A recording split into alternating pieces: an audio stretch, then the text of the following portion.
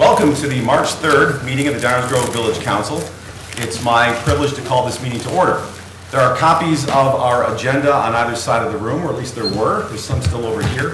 If you would like to follow along with our proceedings tonight, I would encourage you to pick up a copy of our agenda, and you can go along with what we're going to cover tonight. There will be opportunities for public comment at various portions of the evening on all of our agenda items, and then there's a segment that will be at the end of tonight's meeting, item 12, which is reserved for public comments of a general nature. So questions with respect to items that are on our agenda tonight will be addressed as we reach each item.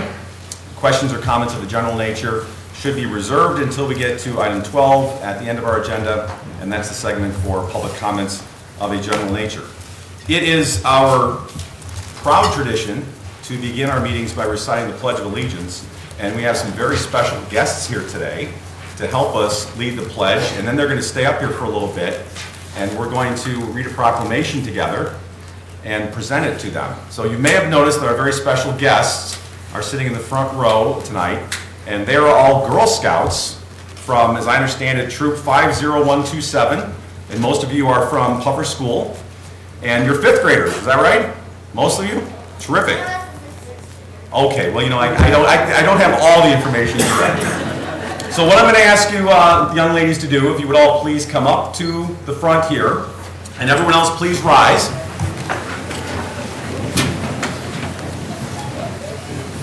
You can get up here like you're the choir, and then we're going to start by facing the flag. We're going to recite the pledge. Ready? I pledge allegiance to the flag of the United States of America and to the republic for which it stands, one nation, under God, indivisible, with liberty and justice for all. Fantastic. All right, I'll stay there, ladies.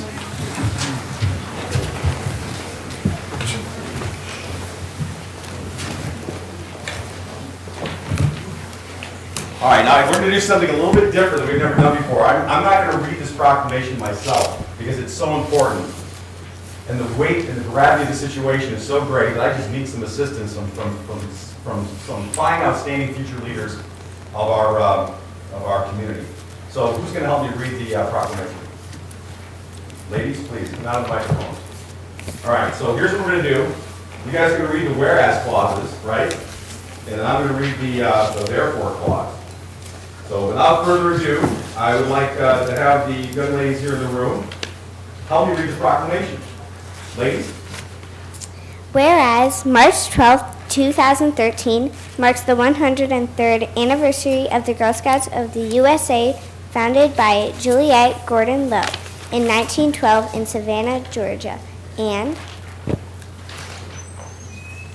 whereas throughout the distinguished history, Girl Scouts has inspired millions of girls and women with the highest ideals of courage, confidence, and character. And whereas girls discover, connect, and take action to make their local communities and the world a better place. And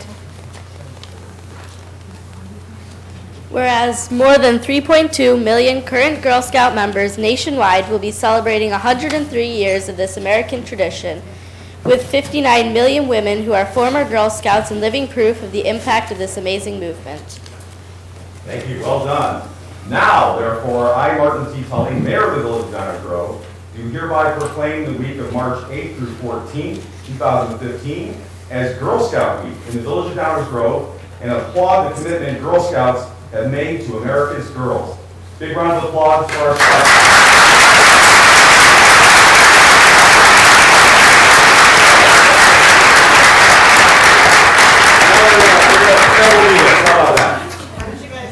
You guys can move in a little bit? On the ends, if you could just step in a little bit. Keep coming. Thank you. You can even come down just like the choir. Yeah, come down around, Debbie. Debbie, come on in, Debbie. There you go. Yeah, We'll get a just second like that. row. You didn't tell me you were going up front. Well, now you have to hold the proclamation. yeah. All right, that looks great, didn't it? Okay, hang on. Let me just move this way, please.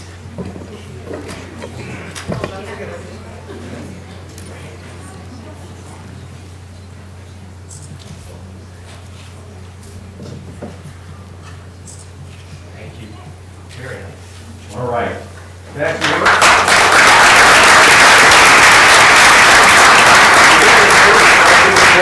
All right, so you guys can figure out who can take this. You give this to your leader. And nobody wants to take it. I know, you got it. You had it already. All right, so now a couple of the things.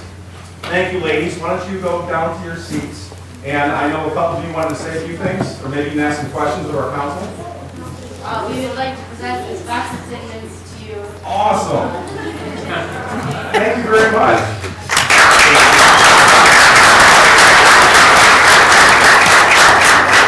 Do any of our scouts have any questions for the village council? Because I'm going to make them answer because I'm going to be too busy eating my Thin Mints. Any questions? Any good questions? If they're easy ones, I'll answer them. If they're tough, I'm going to give them to Commissioner Durkin. All right, no questions. Oh, you do have questions. Please, up to the podium. You have to speak in the microphone. Oh, you have to speak in the microphone. Please, thank you. Otherwise, no one at home will hear you. Is your job hard? Who's that directed toward? Mr. Durkin? It will stay long enough, you'll see. I can't top that answer, so I'm just going to go on to the next question. Good evening. Have any of you ever met the president? Yes. Awesome. All right, terrific. Well, thank you very much, ladies, for being here. We appreciate your commitment to your organization and everything that you do within your community. We look forward to you being the future leaders of our community and beyond, and maybe we'll see some of you up here someday. That'd be pretty cool. Thank you for being here tonight. Thank you very much.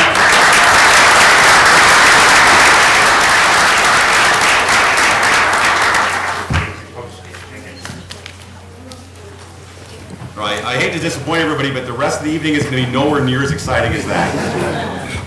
That was pretty much it. We peaked at 7:15. Thank you very much for being here tonight.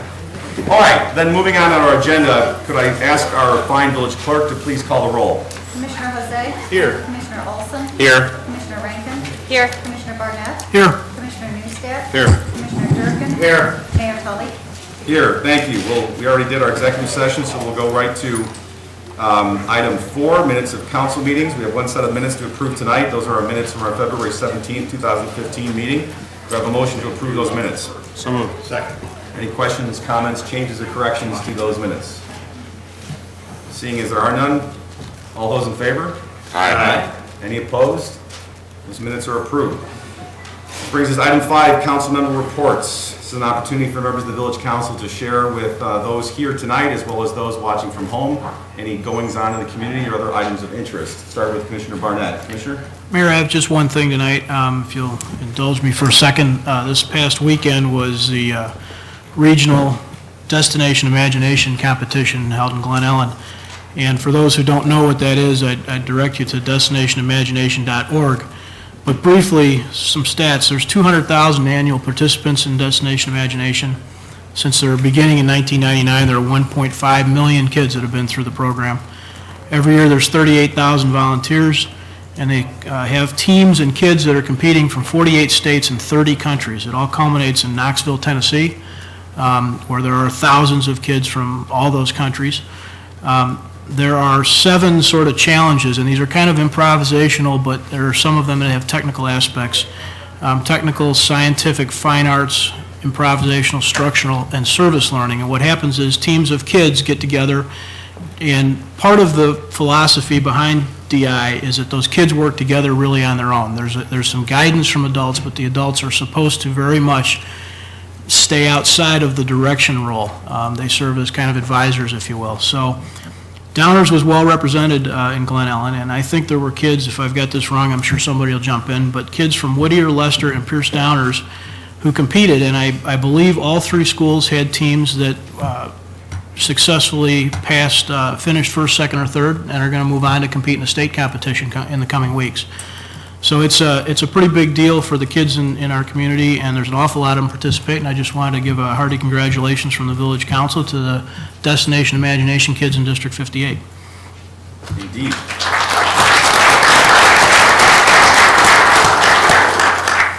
More of our future leaders. Thank you for sharing that, Commissioner. Commissioner Olson. No report. Thank you. Commissioner Newstead. Thank you, Mayor. Also, some students in Downers Grove had a very unique opportunity this weekend. The District 99 Band was able to play at Carnegie Hall in New York. Musicians from both Downers Grove North and South took a road trip out to New York and not only played at Carnegie Hall, but had a nice visit of the city of New York. From what I understand, they had a terrific performance with Brer Teague and Bill Miller and Glenn Williams from South High. So hopefully maybe we can get one or two of them in here to talk about their experience and share their big hit with us at Carnegie Hall. Another great story for our Downers Grove youth. So that's all I had tonight, Mayor. Thank you. Thank you. I think it's a great idea. And for many years, we've talked about celebrating some of the other successes in our community in terms of accomplishments and not necessarily just sporting events. We had a dance team in here not too long ago, and some of these other accomplishments in the fine arts, like Commissioner, or other engineering and scientific and mathematical accomplishments like Commissioner Barnett mentioned, and Commissioner Newstead just mentioned in terms of fine arts, or things that we can celebrate. But to take a page out of some of the schools, when they start their meetings, they usually have some sort of element of performance that goes along with it. And just picking up on Commissioner Newsted's comment, we got to think about actually having some of the representatives, not only here, to congratulate them, but I think we could spare a few minutes to listen to some outstanding music from those very talented students. We'll have to consider that in the future. Commissioner Durkin. I have no report. Thank you. Commissioner Rankin. No report, thank you. Commissioner Jose. Thank you, Mayor. Excuse me. In keeping with the proclamation we had just a couple of minutes ago, the St. Joseph's second grade Brownie Troop 51997 is helping homeless folks in Downers Grove and throughout the community get ready for springtime by collecting monetary donations, travel-size sunscreen, lip balm, rain ponchos, and insect repellent wipes. You can make donations at St. Joseph's School through March the 11th. You can take it right into the office there. And of course, PADS would be thrilled to get donations anytime. These donations will be going to PADS in conjunction with St. Joseph's Parish and their ministry with PADS during the month of March. But I know the good folks at PADS down at First Congregational would appreciate any donations anytime. So just wanted to put that out there. Thank you, Mayor. Thank you, Commissioner, and I will not add anything to my colleagues' reports, so we will move on to item 6, the consent agenda. I have a motion to approve the consent agenda as presented. So moved. Second. Are there any questions or comments from any members of the audience with respect to any of the items on tonight's consent agenda? Questions or comments from members of the village council with respect to any items on the consent agenda? Hearing none, may I have a roll call, please? Commissioner Newstead. Aye. Commissioner Durkin. Aye. Commissioner Jose. Aye. Commissioner Olson. Aye. Commissioner Rankin. Aye. Commissioner Barnett. Aye. Mayor Tully. Aye, the consent agenda passes unanimously. That brings us to item 7 on tonight's agenda, the active agenda. We have several items on the active agenda tonight. We'll begin with item 7A. Do I have a motion to direct staff to draft a text amendment to the zoning ordinance regarding retail and warehousing activities in the O-R Office Research Zoning District? So moved. Any questions or comments from members of the audience with respect to this item? Questions or comments from members of the village council? And by clarification, this is directing staff to consider what such an amendment would look like. Yes, and we will work with the petitioner very closely to draft such an amendment there. And then we'll have another opportunity to actually review and assess that proposed amendment and take further action on it at that time. Yes, you will, with the benefit of the recommendation from the Plan Commission as well. Always appreciate it. Terrific, thank you. I have no further questions on that. Have a roll call, please. Commissioner Newstead. Aye. Commissioner Durkin. Aye. Commissioner Jose. Aye. Commissioner Olson. Aye. Commissioner Rankin. Aye. Commissioner Barnett. Aye. Mayor Tully. Aye, that item passes unanimously. That brings us to item 7B as in boy. Do I have a motion to adopt an ordinance rezoning the property located at 305, 307, and 325 Ogden Avenue from B3 to B3/PUD? So moved. Second. Are there any questions or comments from the audience on this item? Does that mean It's changing the zoning classification from one classification to another, from B3, which is business 3, to B3 within a planned unit development. That's what PUD stands for. does anybody else understand exactly what that means? Well, actually, if you want to come down and ask some questions about it, we can address it, but we did workshop this at a prior meeting. No, I'll be happy if you have questions about it, but we did go through the workshop when it was discussed and presented, and the following meeting is when we vote on it. That's why you're not hearing a lot of discussion on it tonight, because we talked about it last time. I was just wondering if you could briefly participate, say the simple difference between one and the other. Sure, why not? A quick summary of the differences between the two zoning categories. A PUD is basically like a miniature zoning ordinance applied only to that property that uses the underlying B3 district as a baseline, but provides modification and flexibility in this particular case to allow the kind of economic development we'd like to see in our community. This is a rezoning to a PUD to allow some flexibility on the design and placement of an outlot building. And approximately, I'm not going to hold you to it, approximately how many planning developments do we have in the Village of Downers Grove? About 50 or so. This is number 52. 52 is my answer, Mayor. There you go. On the very next item would tell me that. Any questions or comments from members of the Village Council, other than what number PUD it is? Hearing none, roll call, please. Commissioner Durkin? Aye. Commissioner Neustadt? Aye. Commissioner Jose? Aye. Commissioner Olson? Aye. Commissioner Rankin? Aye. Commissioner Barnett? Aye. Mayor Tully? Aye, that item passes unanimously. That brings us to item 7C as in Charlie. Do I have a motion to adopt an ordinance approving a plan unit development amendment to plan unit development number 52, located at 305-307 Ogden Avenue? So moved. Second. Are there any questions or comments from the audience? Questions or comments from the Village Council? How many PUDs do we have? Roll call, please. Commissioner Neustadt? Aye. Commissioner Durkin? Aye. Commissioner Jose? Aye. Commissioner Olson? Aye. Commissioner Rankin? Aye. Commissioner Barnett? Aye. Mayor Tully? Aye, that item passes unanimously. With respect to item 7D, given that there's been a lot of new information on this subject recently, I'm going to do something a little bit different and ask for an update as to what the current situation is with respect to this item, so that we, all of us here, as well as the council, have a better understanding of what the current situation is. This has been a developing item, and I think it's only fair and proper that we get an update as to where things are today. So I'd like to ask maybe staff to start. Will do, Mayor. I'm going to ask our Planning Division Manager, Stan Popovich, to walk us through an update of this proposed three-party agreement. Good evening, Mayor and Council. Good evening. Thank you, Mr. Fielman. Tonight, we'll be discussing a little bit of an update on the 942 Maple Avenue structure relocation proposal. I'll be discussing the tree impact for the proposed relocation. The house here shown, again, we're all familiar, 942 Maple Avenue, northeast general corner, northeast of Main and Maple there. Picture of the house on the right. The proposal is to move the home from the existing location 942 to a property at 743 Maple Avenue. The current image of the home, well, probably not current because there's leaves on the trees, but an image of the trees in the property that's going to be moved there at 743 Maple Avenue. When we last discussed this project in January of 2015, we had provided a tree map that identified a significant amount of trees that had to be modified or removed or relocated to accommodate the potential house move. Upon further discussions between village staff, the home movers, and the Tillotsons, who are the third party in the three-party agreement, we've revised the tree map to lessen the impact on the parkway and private trees.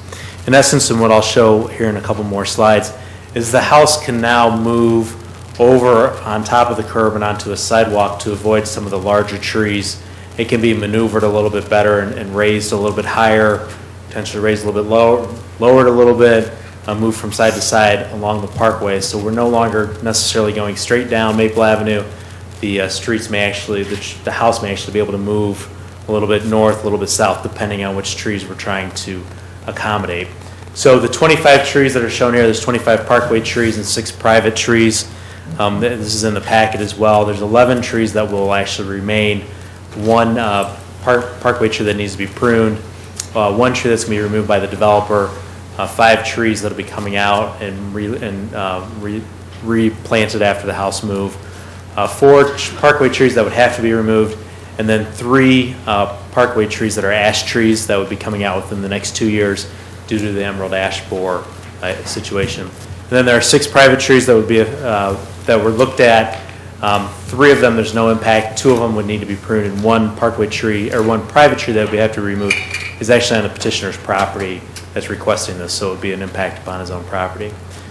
If we go to this next map, it shows really the impact of the trees and what's going to be impacted based on the move.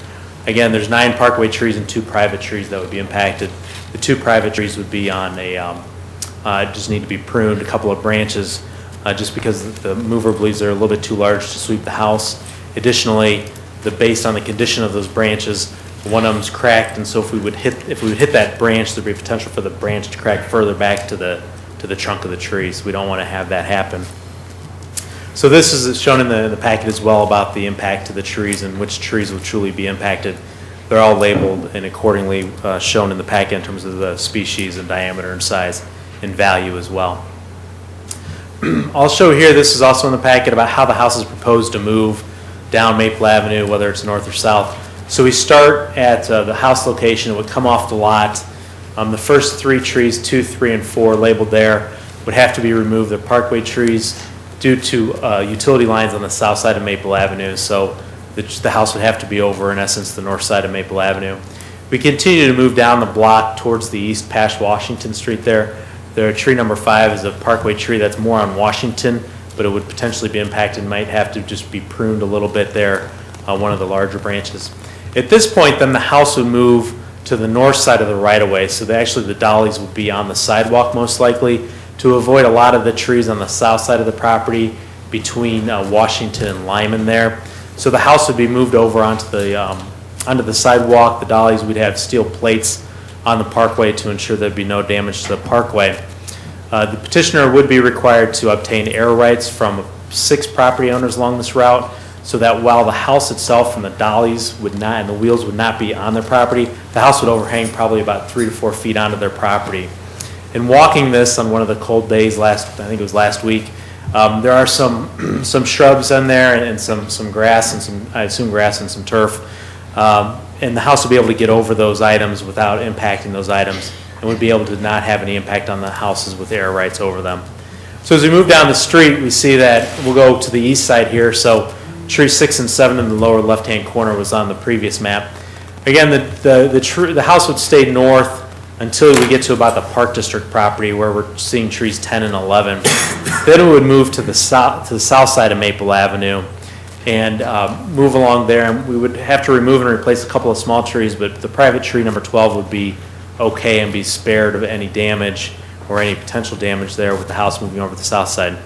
It's just, everybody's probably well aware the Park District property and the sidewalk is potentially significantly higher than the street. The house movers assured us that they can add, if necessary, some cribbing onto Maple Avenue to get the house a little higher, and then they could jack the house up higher as it is. The house will probably be moving down the street about 4 to 5 feet high going down the street. If they need to, they can raise it up a little bit. That, by moving the house over to the south side of the street, will then enable tree 14 to remain, which is a good sized tree there. And then it would stay on the south side, and then past, I'm going to forget the name of the street there, but by tree 15 and 16, it'll move over back towards the north side a little bit there. We'll have to remove a couple of, one tree, 16 will come out, 17 is an ash tree that's required to come out in the next few years. Again, to spare tree 18, which is a pretty good sized parkway tree, the house would again then move over to the north side and go over air rights at that location. And then, as you can see by the diagram, the house sort of turns into the property there. And so trees 22 and 23 were slated already to be removed and replaced just because of their size in the previous submittals. And in this point, the house would come over onto the property there, and tree 25 is the Tillotson's tree that would be removed. It's a private tree. That would be the only private tree that would be removed for the house move. And it would really lessen the impact on the north side of the trees, north side of Maple Avenue, trees 20, 21, 24, 26, 28, and 30. And additionally, the 2 parkway trees that are a decent size in front of the Tillotson's property would remain as well, based on the angle in. So the impact, and basically the home mover being able to relocate the house over sidewalks and over air rights, and then move it, in essence, a little bit north and south instead of taking a straight shot, would lessen the impact on the trees there that way. And then with regard to the rest of the agreement, there are some bulleted points that talk about the agreement It still remains a three-party agreement between the developer, the Tillotsons, and the village. And the key term that I wanted to highlight is the financial request of the village submitted by the petitioner. They are requesting a contribution from the village for the house move only in the amount of $123,560. And this would be paid by waiving building permit fees for the condo development at 936, 942 Maple, being placed in escrow, and then provided to the petitioner upon the successful house move. So this is really a foregoing of revenue that would otherwise be coming to the village to pay for the services, including plan review and inspections that we would do for the condominium development on the east, or the west side of that block. The other key terms remain largely the same. These are the ones that were reviewed on January 20th by the council. If you have any questions, we're happy to answer them. Also, my understanding, Mr. Tillotson is here, and at some point may like the opportunity to speak. Thank you. I appreciate the update, and certainly with respect to three-party agreement, we've heard from one of the proposed parties to the agreement. Certainly, if one of the other parties to the agreement would like to add anything in terms of updating where we're at, we'd certainly like to entertain that at this point in time. So, Mr. Tillotson, if you're here, you want to sort of add where things are at so we get the complete current picture, that'd be appreciated.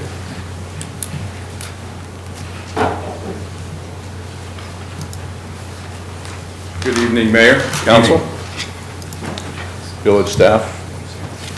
Yeah, thanks for this opportunity. We've been quite a journey, I'd say, for everybody.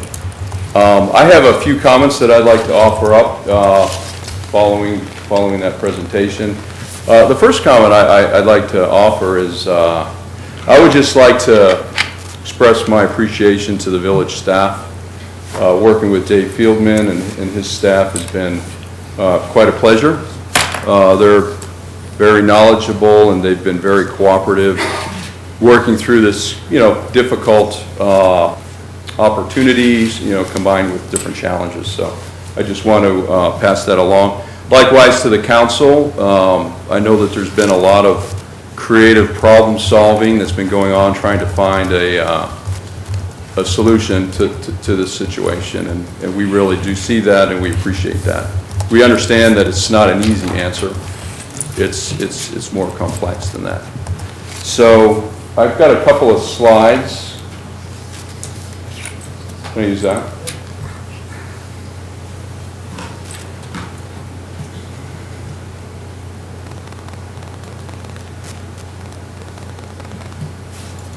Is this just okay, so I just have a few slides. I'm not going to take up much time here, but I thought I'd just reflect briefly on the situation. I like this photo here. This is an illustration of what the house would look like moving down the street. And it is to scale, and that is Maple Avenue. So there it is, moving along down the street. And I think it serves as a useful visual to see that, in fact, the house does fit on the street. And so I like that slide.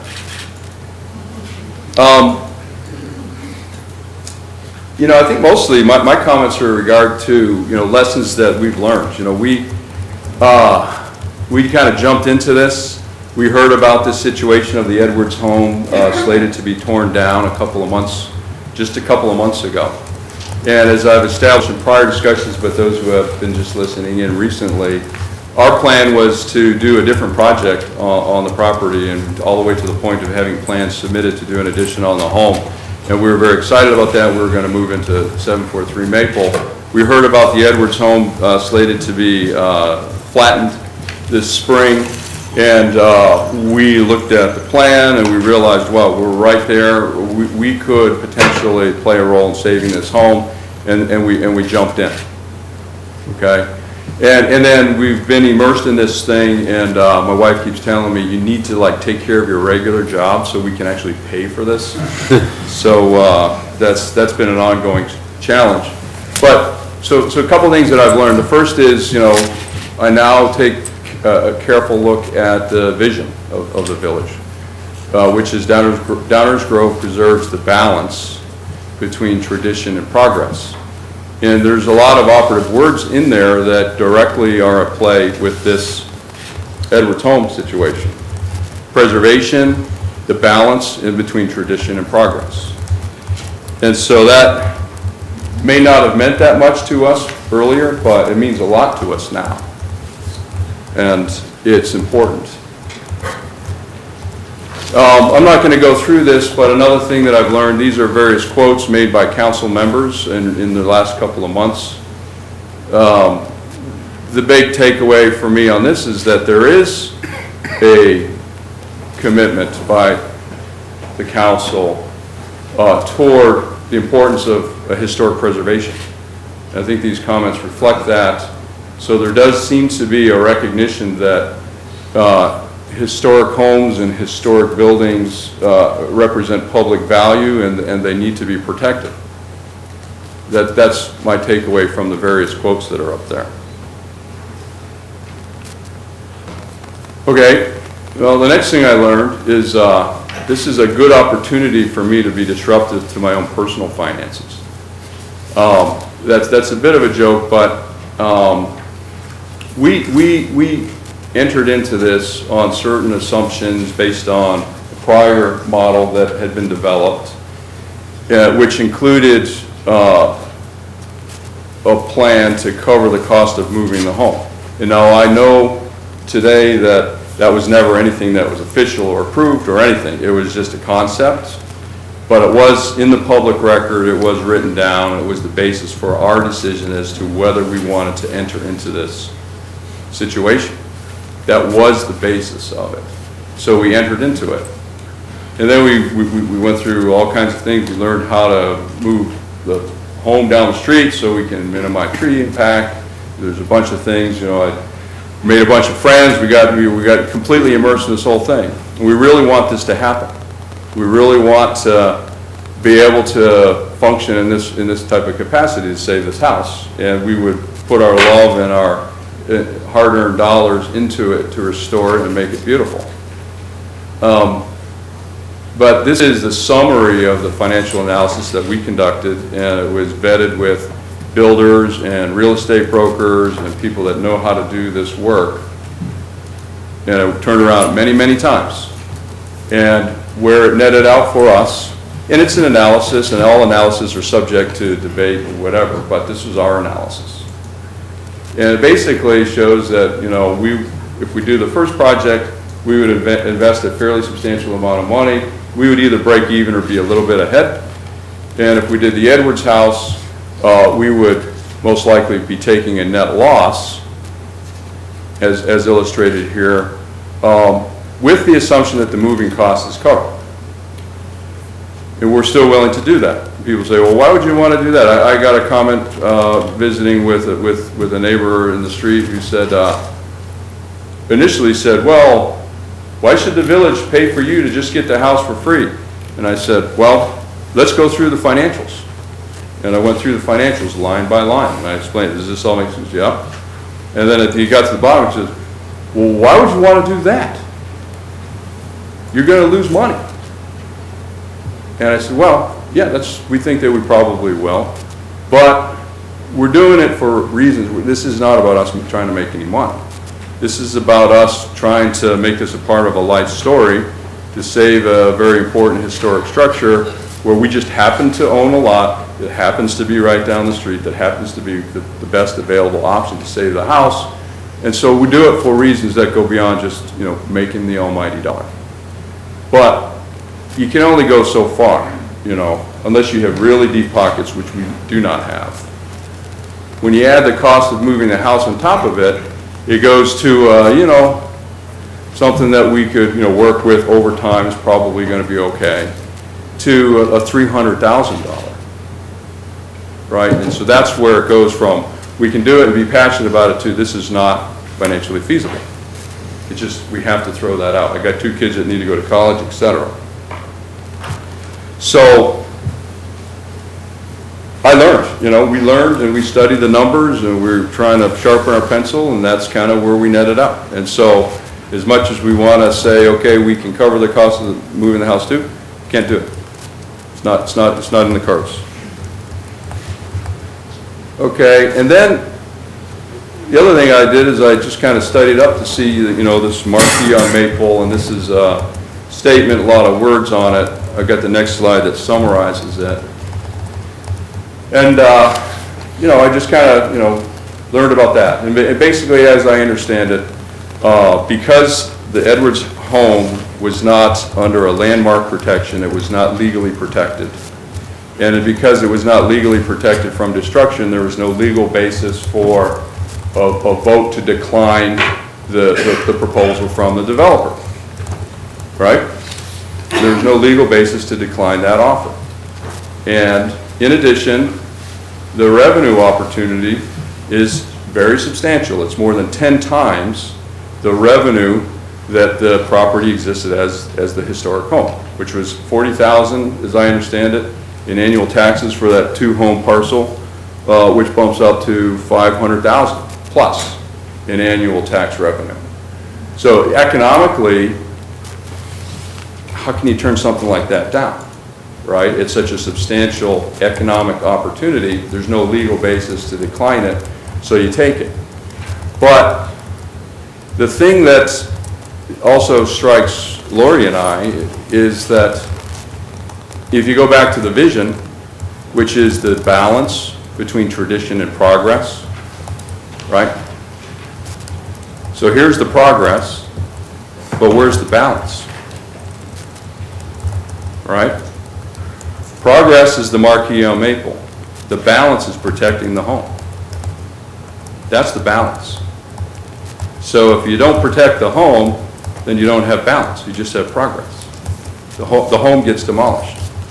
And that's where I see a disconnect between the vision and the execution of these kind of deals.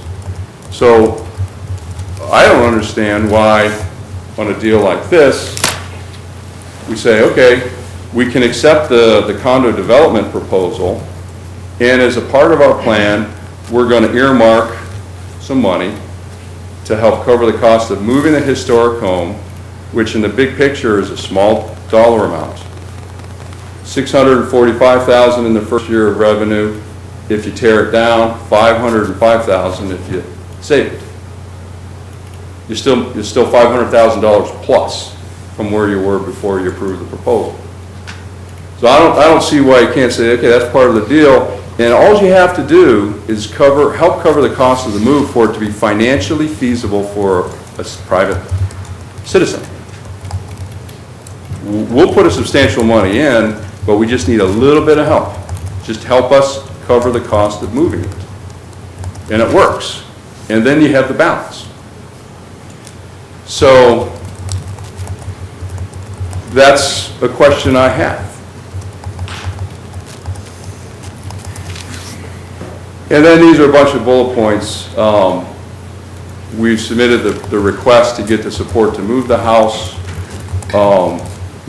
With your approval, we would proceed with a sense of urgency and a commitment to make this happen, and we would put our love and hard-earned dollars into it to restore the home, make it beautiful historic asset on Maple Avenue, right in the heart of the historic district. It's an ideal location.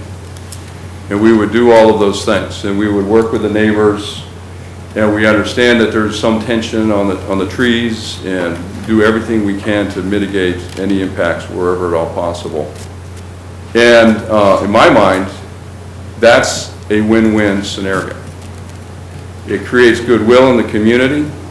It demonstrates an ability, and I'm simplifying. I understand it's not simple, but I think I'm also propping up a question that someone can explain to me. But the issue, and my final comment on this, the issue that I think is we all see is the first point. You know, there is this gradual, I use the term decimation, which is going to 1/10 of what the original number was. And I think that's where we're headed. It's been going on for a while. We haven't been able to figure out how to stop it. It gets down to economics. And the historic homes, when you compare them to a multi-million-dollar condominium complex, you know, the economics are so unfavorable for the historic home that they get trashed. So I don't understand how we get around that problem unless there is this notion of a public-private, in some form, a public-private collaboration. Because if it's just on the shoulders of the residents, I would submit that it's not going to solve the problem. And we keep coming to it, and keep coming to the same conclusion, which is, well, I can't afford to do that. I need some help. So, those are my comments, and I don't know if there's any questions for me, or I think I'll move on. And Mike Bain, if it would be okay, would like to come up and follow my initial piece. Sure, let's hear what Mr. Bain has to say, and know he's obviously been very involved in this whole process from the very beginning. And then if there's any questions the council has, either one of you or staff. you can go Well, from there. Mayor Good evening, Mr. Bain. and Commissioners, thank you for the time here to speak with you on behalf of all the friends of the Edwards home and saving the Edwards home. As most of you know, I wasn't intimately involved. My wife and I were the first party that came forward offering up our property at 621 Maple as a possible relocation site for the Edwards house. And then once the Tillotsons got involved, it looked like their property was a much better location because of the condition with the trees. And May and I backed out, and we've been helping the Tillotsons ever since, try to make this work for them and for the village. I'm here really to speak almost like I wish I didn't have to right now, because what I'm going to say is we're offering up another option. And the friends of the Edwards house have asked me to speak to offer up another option to you out of fear that the option that's proposed to you is not going to pass because of the concern of using public money that is for helping this relocation that has been talked about for the past 6 weeks about the public side of this, the public money. John and I were talking last Friday, and it came, you know, I've been thinking about this ever since May and I backed out, is how can we make this work since we heard about the public money being the main issue, because we truly believe the tree situation was solved by moving the house to 743. What is the solution? The solution has to come up with not using public financing to help a private entity move the home. I'm assuming that is the last issue on the table, because the tree issue really has been resolved. The parties have come forward, multiple parties have come forward to help relocate the home. So the last item here is really public money. So if we can take the public money component out of this, we all think we solved the problem if there is a way to do this. Well, there is a third party that has come forward. Actually, she has a parcel of land on, I believe it is 5540 Main Street. Judy Bach, I've talked with Judy probably the day before the Tillotsons got involved, and we said, Judy, step to the side on this one, I think we got it solved, and she did. But she has a property with no home on it, and without her knowing it on Friday, we came up with some plans and hoped that she would buy into it, and she has. She has offered up her property as a location or relocation for the Edwards home under certain conditions. So this is the thought. It's a little bit different. I'm asking you to please consider it. If you decide not to approve what Mr. Tillotson has proposed, I ask you to consider this, because I think this works. It's a little different, but I think it works, and we all do. Judy Bach will move the house to her property. We will find money that is not public funds to do that. We know how much it costs. I know how much it costs because I did the original pro forma for moving the house onto my property. My property, I had much more invested in the property on 621 than Judy has invested in hers. Much more, significantly more. So as if you recall, I came forward, May and I came forward and said, all we want to do is break even. Okay, Judy is saying something very similar to that, but a break even for her property is a lot less than a break even was for 621 Maple.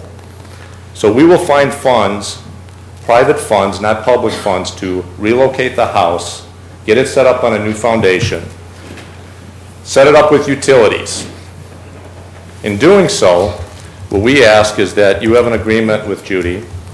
The village buys the property back at her costs. Buy it back, so Judy will be a vehicle to move the home. The village then buys the home back for a predetermined amount before the house is moved. And then you become the vehicle to put it out for an RFP to sell it to a developer or a private person or party that would then complete the development and restore the house to its grandeur. Why this works is a couple reasons. Trees are not affected. No trees on Maple Avenue. 0 trees are affected on Maple Avenue. Number 2, no public funds are given to a private entity for the move, because when the village buys the house back, they own the house, not a private entity. You own the house. We understand the village of Downers Grove does not want to own real estate. I've lived here for almost 30 years. I understand that you've done it before. That's not what you want to do. But in this case, you are a vehicle to move the property, the home, from 942 to a new location at 5540. You will hold on to it for a very short period of time. And the reason this will work is the amount of money that's in Judy Bach's property is so much reduced from where my property was. She can sell it to you below market value. You can sell it to a developer or a homeowner below market value, which will encourage them to buy it and restore it. I know this is different, but we're looking at ways to save this home. This truly is another public-private partnership, but funds do not have to be exchanged between the public side and the private side. Sounds crazy at first. Please think about it. If you deny Mr. Tillotson's request, please think about it. We are running out of time to save this home. We all believe this works. I would be happy to take any questions from you. I have one other thing, 2 other things. I have a market analysis that I can offer up. This was done by my realtor, who was working with me at 621, Margie Sigarich, who's been a longtime resident of Downers Grove. And Margie presents to me, and the reason May and I were willing to do this, was she evaluates the home after it was moved, not restored, but after it was moved, to be valued between $550,000 $600,000. I was always targeting I needed to get $550,000 to make a break even. That's why it worked for me. We believe it's the same value on Maple. It would not have to sell for that much. You would not have to buy it for that much, and you would not have to sell it for that much. So we believe this approach works. Also, I'm going to offer up, Margie asked me to offer up a letter to all of you. I think she sent this to you earlier, but in her opinion, why you should save the Edwards house. Thank you very much. All right, thank you, Mr. Bateman. Actually, before we ask any questions or have any questions from the audience or otherwise, we do need to return to the agenda, and the item that is before us is item 7D. And under that agenda item, I'm going to ask if there is a motion regarding the facilitation of a 3-party agreement regarding 942 Maple Avenue structure relocation.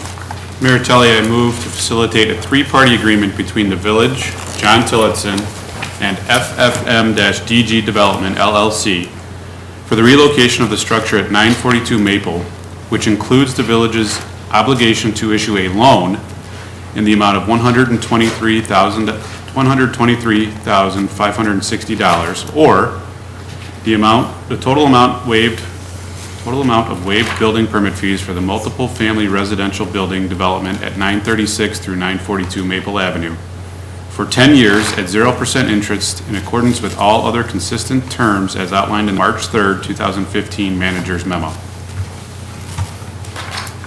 Second. All right, we have a motion and a second. Now we can have a discussion of the motion and the second on the table. I'm going to first ask if anyone in the Village Council has any questions just related to the logistics of the project from staff or Mr. Tillotson. And then we do want to hear from the audience, and then we'll come back to the council. Mayor, I have a question. Sure.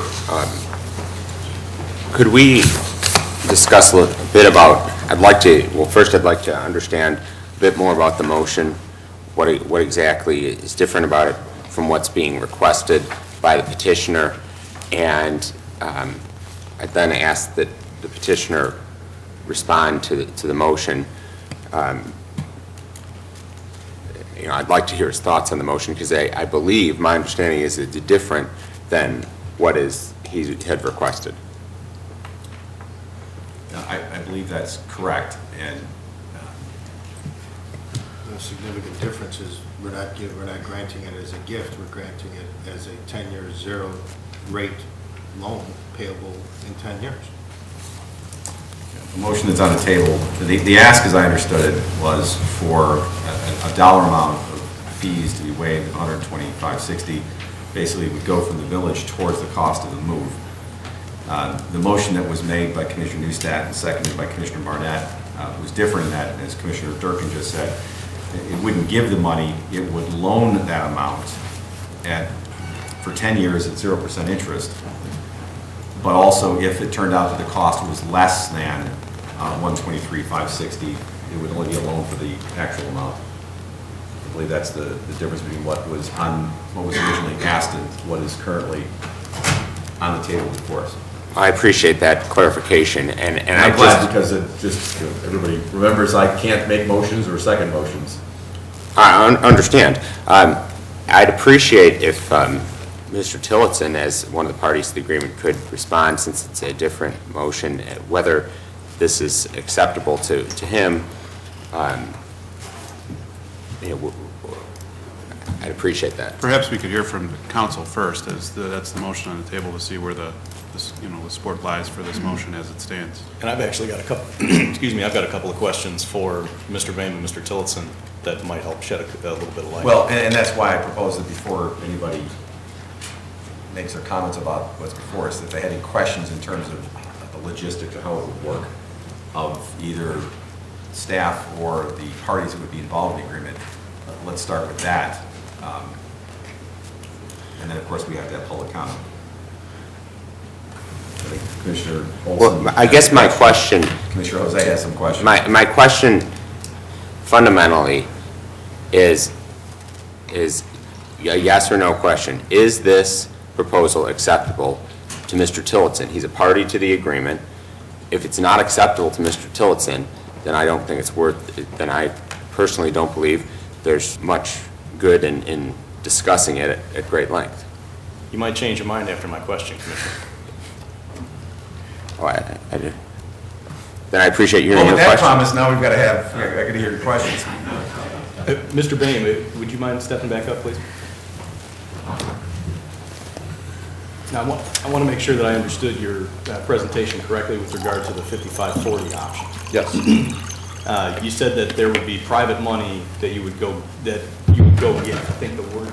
We will find it. We will find private money to move the home. We will not ask the village to provide money to move the home, because we understand in this scenario, this is a short-term bridge scenario, financial situation, because as soon as the home is moved, the village would purchase it.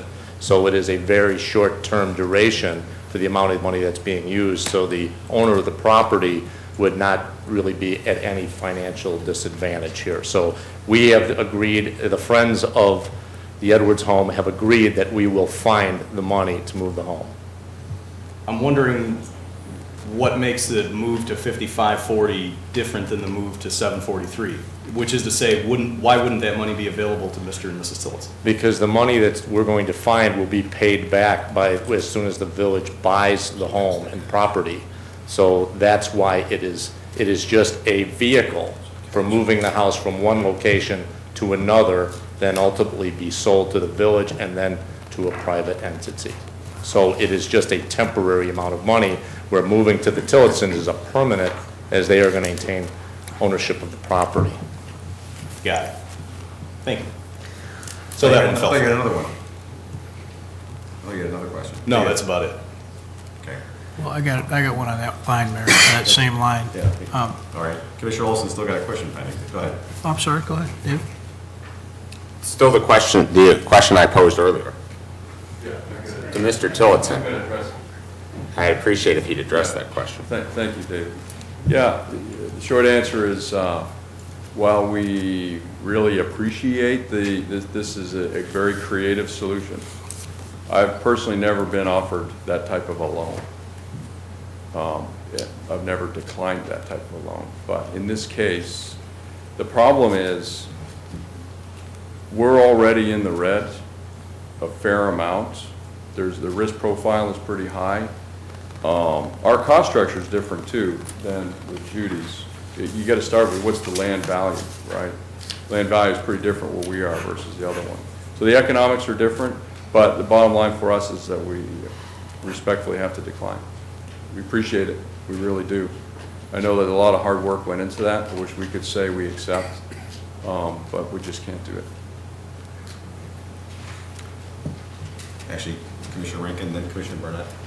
Mr. Boehm, would you mind resuming to the podium? So my question is, and I think maybe Commissioner Jose was going there, but I'm not sure. I think it's a wonderful idea. I think the hesitation would be the village owning property. So why couldn't we loan the person the money and then they do the move and then they sell it instead of us getting, there's no change of ownership, then we're not in the middle of it. And it's still saving the house. It's still not putting us in a position as a village of being owners of private homes. I think I understand your question, and Commissioner, I'm not going to answer for Judy Bach. We have talked about the situation, and I think that Judy has come forward, just like John has and I have and May has, of facilitating this as private citizens here. We're asking for the village to participate. And our position is, mine was before, that I was taking all the risk.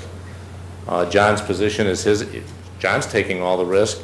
We don't see this as a big risk for the village, because if you look at the numbers, and you have my numbers because they've been submitted, you have John's, they've been submitted. This is a significantly discounted amount.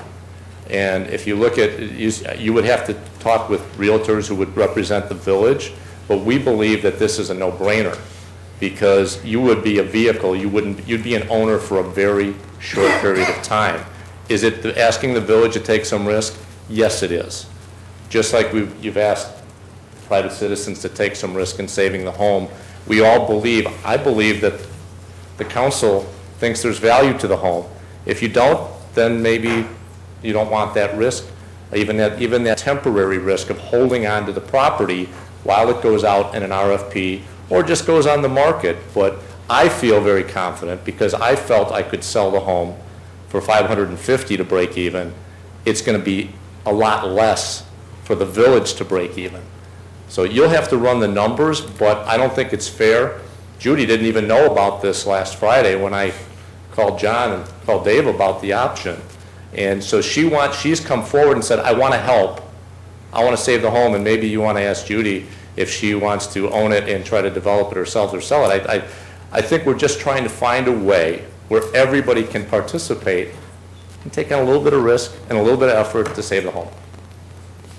Thank you. Commissioner Burnett? Questions? That really answered my question.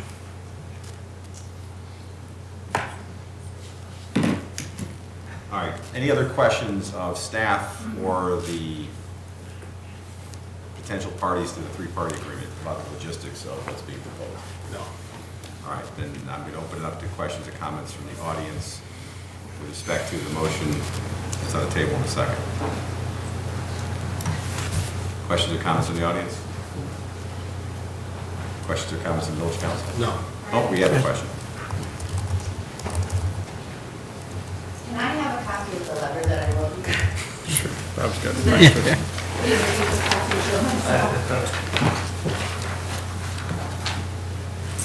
Hi, everybody. I'm Margie Cigarette. I live at 522 59th Street.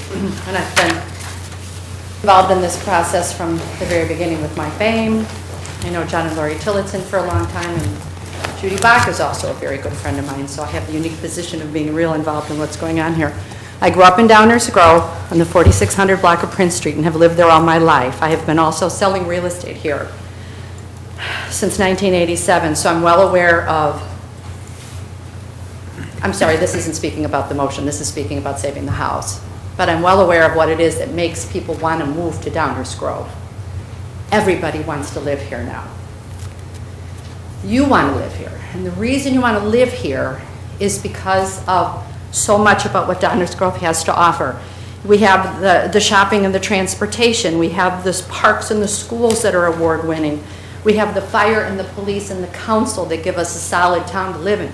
But we also have the trees and the houses and the brick streets and all those things that make Downers Grove what it is.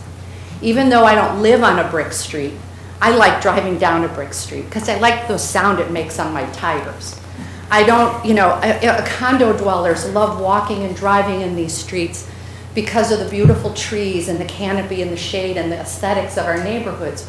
We have some beautiful, beautiful homes, big, grand old homes, just like the Edwards home. I don't live in that home, but I get to have that home. I get to enjoy that home. Whether I'm walking or driving, or the people who are passing through on Maple Avenue go, man, is this a nice town? It's not for the owner, ultimate owner of that house, it's for all of us. The Edwards house belongs to all of us. All the beautiful homes, all the aesthetics, and all the beautiful things that make Downers Grove, this house is a part of that. So the idea of spending public money, it's going to be for the entire community at large because we all get to enjoy that house longer. And so I want you to really consider hard about spending some of our tax dollars on this venture because we all benefit by it, because it's a part of our community. And I'd really like you to think real hard about this, okay? Thank you. Thank you. Other questions or comments from the audience? Yes, ma'am. Quickly, I just thought I should introduce myself. I'm Judy Bach. I own the lot on Main Street and am in favor and in support of everything that's been said here tonight. I just thought I should introduce myself. Thank you. Thank you for doing so. Other questions or comments from the audience? Hi, I'm Amy Hebert. I just have a clarification question regarding the initial proposal. I was looking at the municipal code, specifically Chapter 1, Section 1.29 on fee waivers. And I just wanted a clarification on this because according to that, certain fees can be waived by the manager or council subject to the following. These fees may be waived only for the benefit of governmental entities or not-for-profit charitable, religious, educational, or public service organizations or institutions.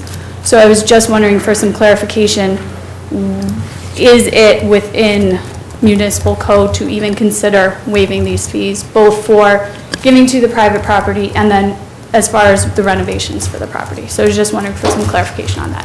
Thank you. Sure, we can clarify, the manager will set me straight on it, but there are many other instances in which we have done that, principally for economic development. So for example, there are build-out fees for corporate headquarters that might want to relocate from some other place to Downers Grove. That is commonly, not commonly, but it has been used more than once as an economic incentive. So there are numerous examples of where the village has used fee waivers or other creative devices in order to either attract businesses to town for economic development purposes or otherwise facilitate something that's deemed to be valuable to the community. Most of the examples that I think you were referring to have to do, for example, if St. Mary's of Goston is doing an event and there might be a license application for their liquor license for the event, we have the discretion in which to waive their fee. Correct. Yes, just a point of clarification with respect to the dollar amount, the $123,000 and change, and where it would be applied. The cost of the move, the updated cost of the move is $133,000, which is lower than the original cost of the move because it's closer, there's less tree impacts. But that's the number, $133,000. The request is $123,000. All right, which is $10,000 less than the cost of the move. Not a single penny of the requested amount would go into the home. All right. On top of the move cost, it's $156,000 just to prepare the site. So When you look at the expenses going into this project, which is why it is not feasible for a private individual with my property location to take this on themselves, you're in $300,000 before you put a single penny into the house. Okay? That's why it's not feasible. Thank you. Thank you. Other questions or comments from members of the audience? Good evening. Ken Lerner, 4933 Whiffen Place. I just wanted to mention, and I think this remark will apply to any potential means for saving the house, in addition to what's on the table right now. The Pierce Downers Heritage Alliance has been serving as a repository, an aggregator for donations for people to facilitate moving the Edwards house to save it. When we learned that the issue of the fee waiver was problematic, we began to get organized to try and see if we could offset some of those costs through accepting donations from private parties. We, by the time we got going, it's been about 1 week now since we were actually able to go live with the opportunity for people to make donations. During that time, we have collected over $5,000 from about 35 individual donors, so about $150 per donor on average. And there's also an in-kind donation worth about $6,500. So about $12,000 altogether has been pledged by members of the community to try and help save the Edwards house. And I say that, not because it puts a significant dent, it's about 10% of the money that's being asked for at this point, in terms of the overall cost. But I think it's another reflection of the desire of the community, the seeking of the community for this balance of preservation versus progress. That there are all of these people, all in just a week's time, plunking down their hard-earned dollars because they think it's worthwhile and to preserve this piece of our history. And so, just hoping that that voice will be heard as the council deliberates. Thanks. Thank you, Mr. Lerner. Good evening. I'm Mary Ann Keefe. I live at 805 Maple Avenue. I am just west of the property that we are talking about for relocation on the Tillotson property. I've come in late to this, but I have some very personal feelings, as many people do.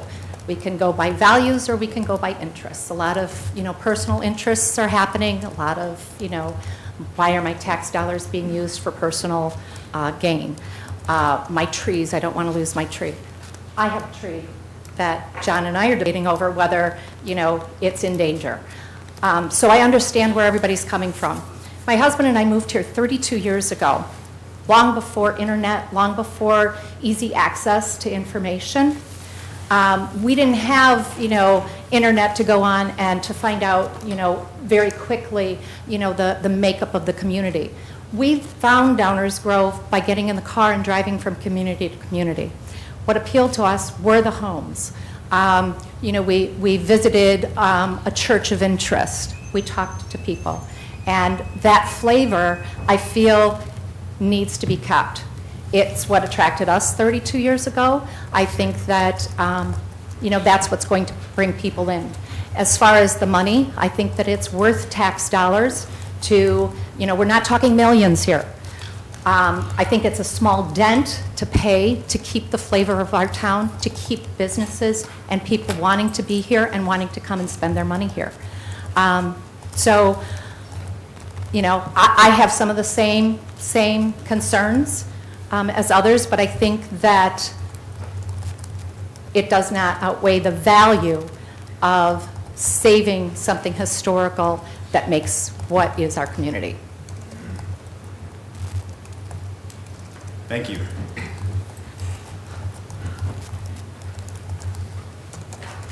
Good evening. Good evening. My name is Charlie Smart. I live at 4804 Main Street in Downers Grove. I'm the president of the Downers Grove Heritage Preservation Corporation, or more commonly recognized as the Blodgett House Group. Our mission is to recognize, support, and preserve Downers Grove heritage. Without going into deep detail, I think we all recognize the Blodgett House project represents successful partnership between private and public concerns. In that case, it was between the village, the Park District, and private citizens. And I'm happy to say that the Blodgett House, having been moved and restored, is now well on its way to a new life representing multiple aspects of Downers Grove heritage, all due to the strong cooperation between public and private activities. Turning to the issue at hand, we believe that the Edwards House represents a similarly significant aspect of Downers Grove heritage. Put into context, the Edwards House was built in 1892, 1 year before the Columbia Exposition World's Fair in Chicago.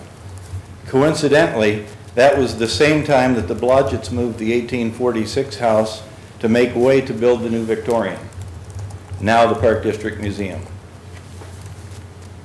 Even the Blodgetts in 1892 saw the value of preservation. That's a concept that many of us don't get. This is not a static snapshot. It's time beyond where we are. Most importantly, there's no better example of high-style Queen Anne architecture in the village. Demolition of the structure would be an irretrievable loss, and Downers Grove has a proud and long-standing legacy of preservation. We understand and see that you have now 2 plans to move the Edwards House from its current location to another location with the intent to restore the house for private ownership. The approaches I've described certainly do reflect out-of-the-box thinking in order to effect positive public outcome with minimal risk. The Downers Grove Heritage Preservation Corporation fully supports this approach, both of the approaches. We further recommend to seek landmark status for the house at the appropriate time, and we would look forward to supporting that activity. Moving the house would not only preserve the historic structure, but doing so will also substantially advance the cause of heritage preservation in our village. In summary, the Edwards House is and represents a valuable aspect of Downers Grove heritage. With commitment to preservation, strong cooperation between public and private concerns, we can, together, preserve our heritage for future generations. I urge you tonight to demonstrate your cooperation and commitment by moving in favor of a proposal and making all reasonable allowances to support the project. Thank you. Thank you. Other questions or comments from members of the audience?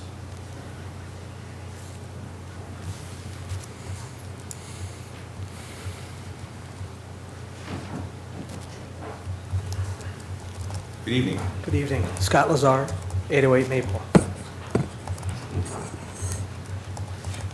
I want to offer a little different perspective.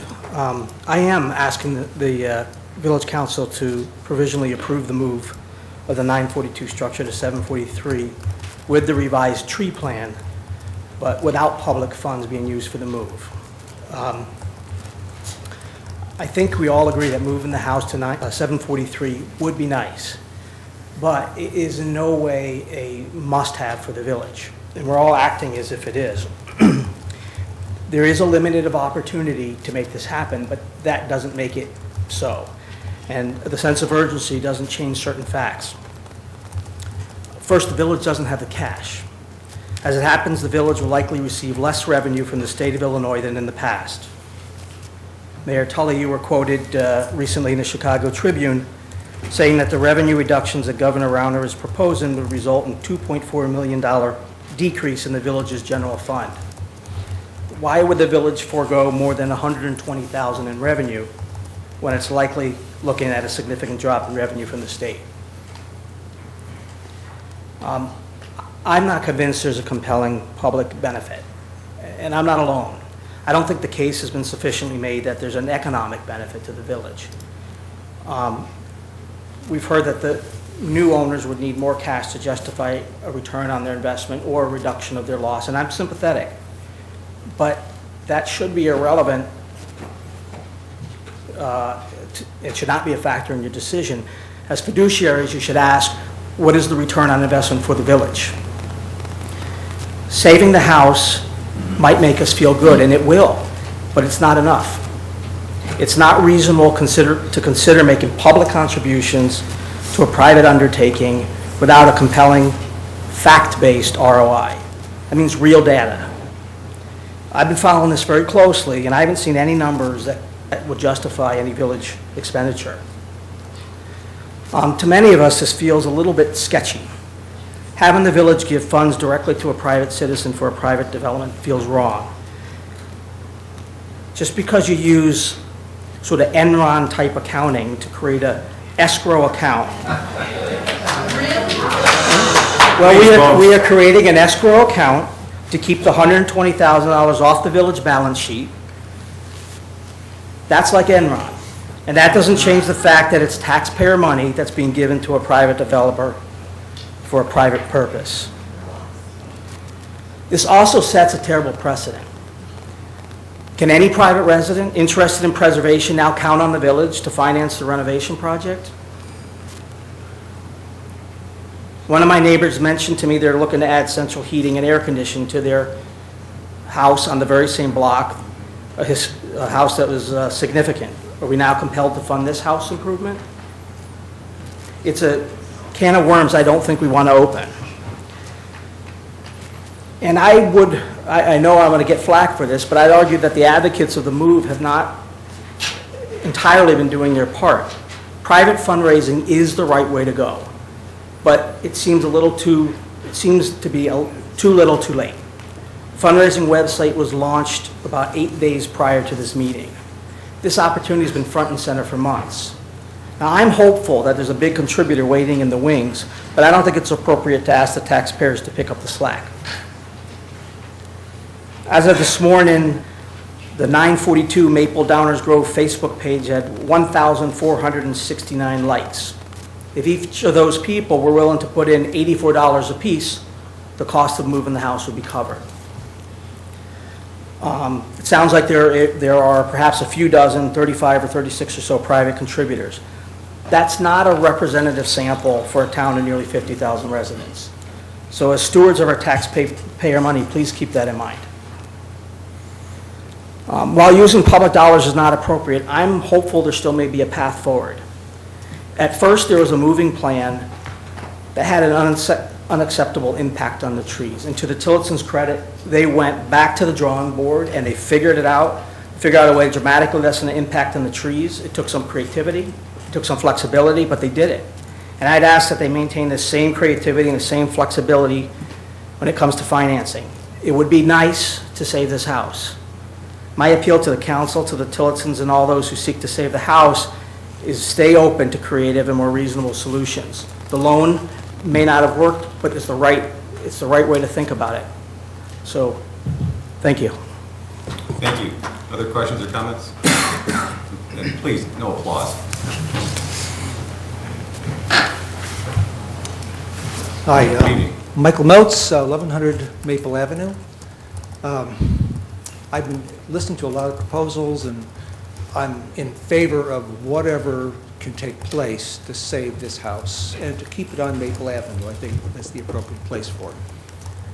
But what's been occurring to me is, as we're talking about the pluses and minuses and the fiscal issues, currently this house has a potential for bringing up taxable property. If this house is moved to a lot, that lot has a greater tax base. If it's torn down, that tax potential goes away. I don't know how this could be worked into the picture, but it seems to me as if we're talking about costs only, and yet we're forgetting that this has potential for decades to come to bring in tax dollars to the village and to the county and to the state. And I don't know that we want to throw that away without using every bit of creativity that hopefully you guys can bring to the table here. So I just thought I'd bring that point up. I haven't heard anybody talking about the loss of tax dollars that this house represents if it's torn down. Thank you. Thank you. Other questions or comments from members of the audience? I just want to quickly echo that I think these people here are incredibly committed, sincere, and if there's a way to figure this out, I'll chip in my 10, 20 bucks for a head of household to make it happen, because I believe that value is valuable. I think money, the financial economy, is why we have problems with our economy. And you can go down the road, you can turn everything into a condo. I don't know. I'd rather see, I'd support these people. Thank you. Questions or comments from members of the audience? I apologize, just one more point of clarification, if I may. I'll do it Yes. quickly. I know there's this issue of precedent setting, it's a concern that I've heard. The concern is, if we do it here, are we not setting precedent for it to be done elsewhere? And you could say, well, the whole community, right? But I don't see it that way. What I see is, let's start with the significant historic homes. A survey was conducted of all the historic homes in our town. 7% are classified as significant. Let's start there. Next, I would look at the central business district. The central business district is where these significant historic homes are at risk. And the reason is, it's because of the Marquis on Maple value proposition. It's an opportunity to substantially increase revenues, and it's hard to turn down if there's not a legal reason to turn it down. But that just applies in the central business district, right? If you get outside of the central business district into the residential districts, these significant historic homes are not tear-down candidates. None of them. They're all very substantial, significant homes. There's no risk there, all right? Now, if you count the significant historic homes in the central business district, I'm not sure if there are any others left. I think this might be the last one. So if you look at it that way, the qualifications are, it has to be a significant historic home located in the central business district, where a developer comes in with a large pocketbook, and then you say, okay, in that case, we'll cover moving the house to a different spot. I think it's a very narrow risk. Thank you. Thank you. Other questions or comments from anyone who hasn't spoken? All right, very good. I'll ask for questions or comments from members of the Village Council. Commissioner Jose. Thank you, Mayor. Just a question for Ms. Bach, is it? I'm sorry, we haven't met, but the question was asked in the abstract earlier before we knew you were here. What about the possibility of a loan to you to move the house for you to then sell? It would seem to me it leaves you in the same financial position as if the private money is raised and the village were to own it. Either way, you get out of it when you sell the house, and that makes you whole plus whatever profit you're able to make on it, as opposed to the village making that profit. I personally, I don't think it would be enough. I'm not in the position to even put out that much. So, Well, no, my point is, if we were to make the same zero interest loan that's being talked about here to move the home to Mr. Tillotson's property, with the idea that that loan is then recaptured after the house is relocated to your property and you sell that property. Well, I just want to help Judy out, because it's not, I mean, I'm kind of living this, so I understand the numbers. Here, the main issue there, first off, is it's 150 to prepare the site. Okay, so you've got 100 to move it, and then another 150 to prepare the site so the site can receive the home. So you're 250 before the house is set down. That's just a point of clarification. Thank you. Yeah. So, earlier, Mr. Van, you had said, so the village would do this. So are you expecting, or is your proposal saying that we would pick up the $253,000 before we would sell it to a developer?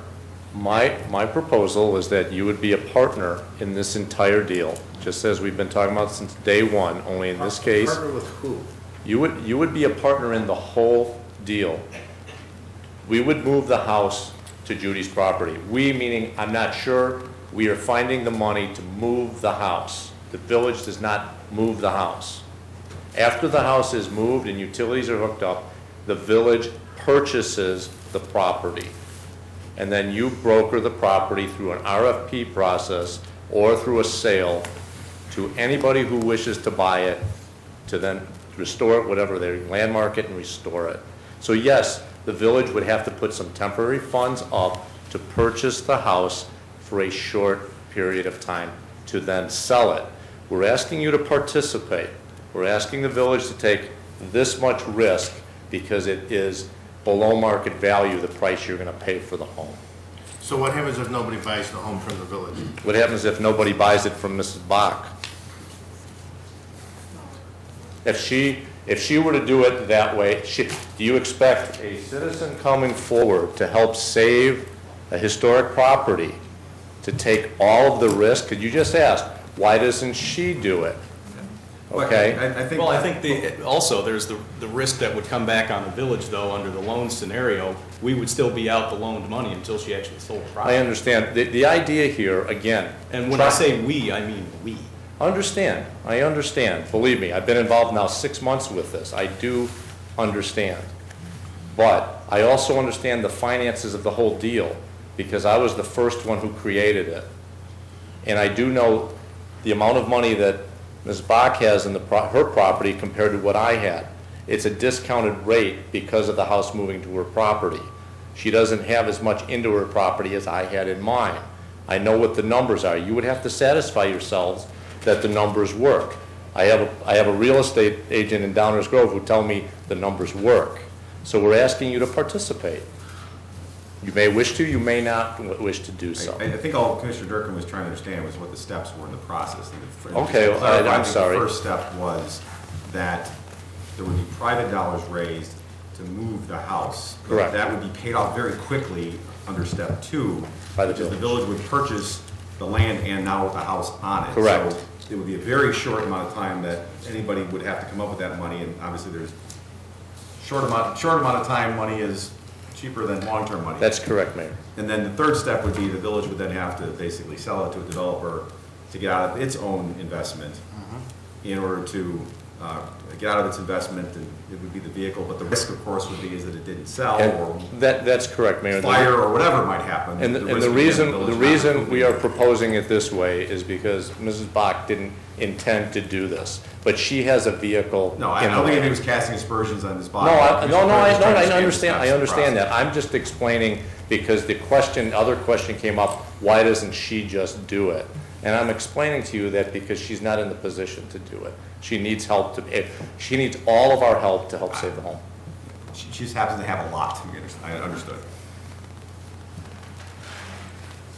Anything else, Commissioner Jose? No, I'm finished with my questions. Thank you. Okay, or comments or anything else?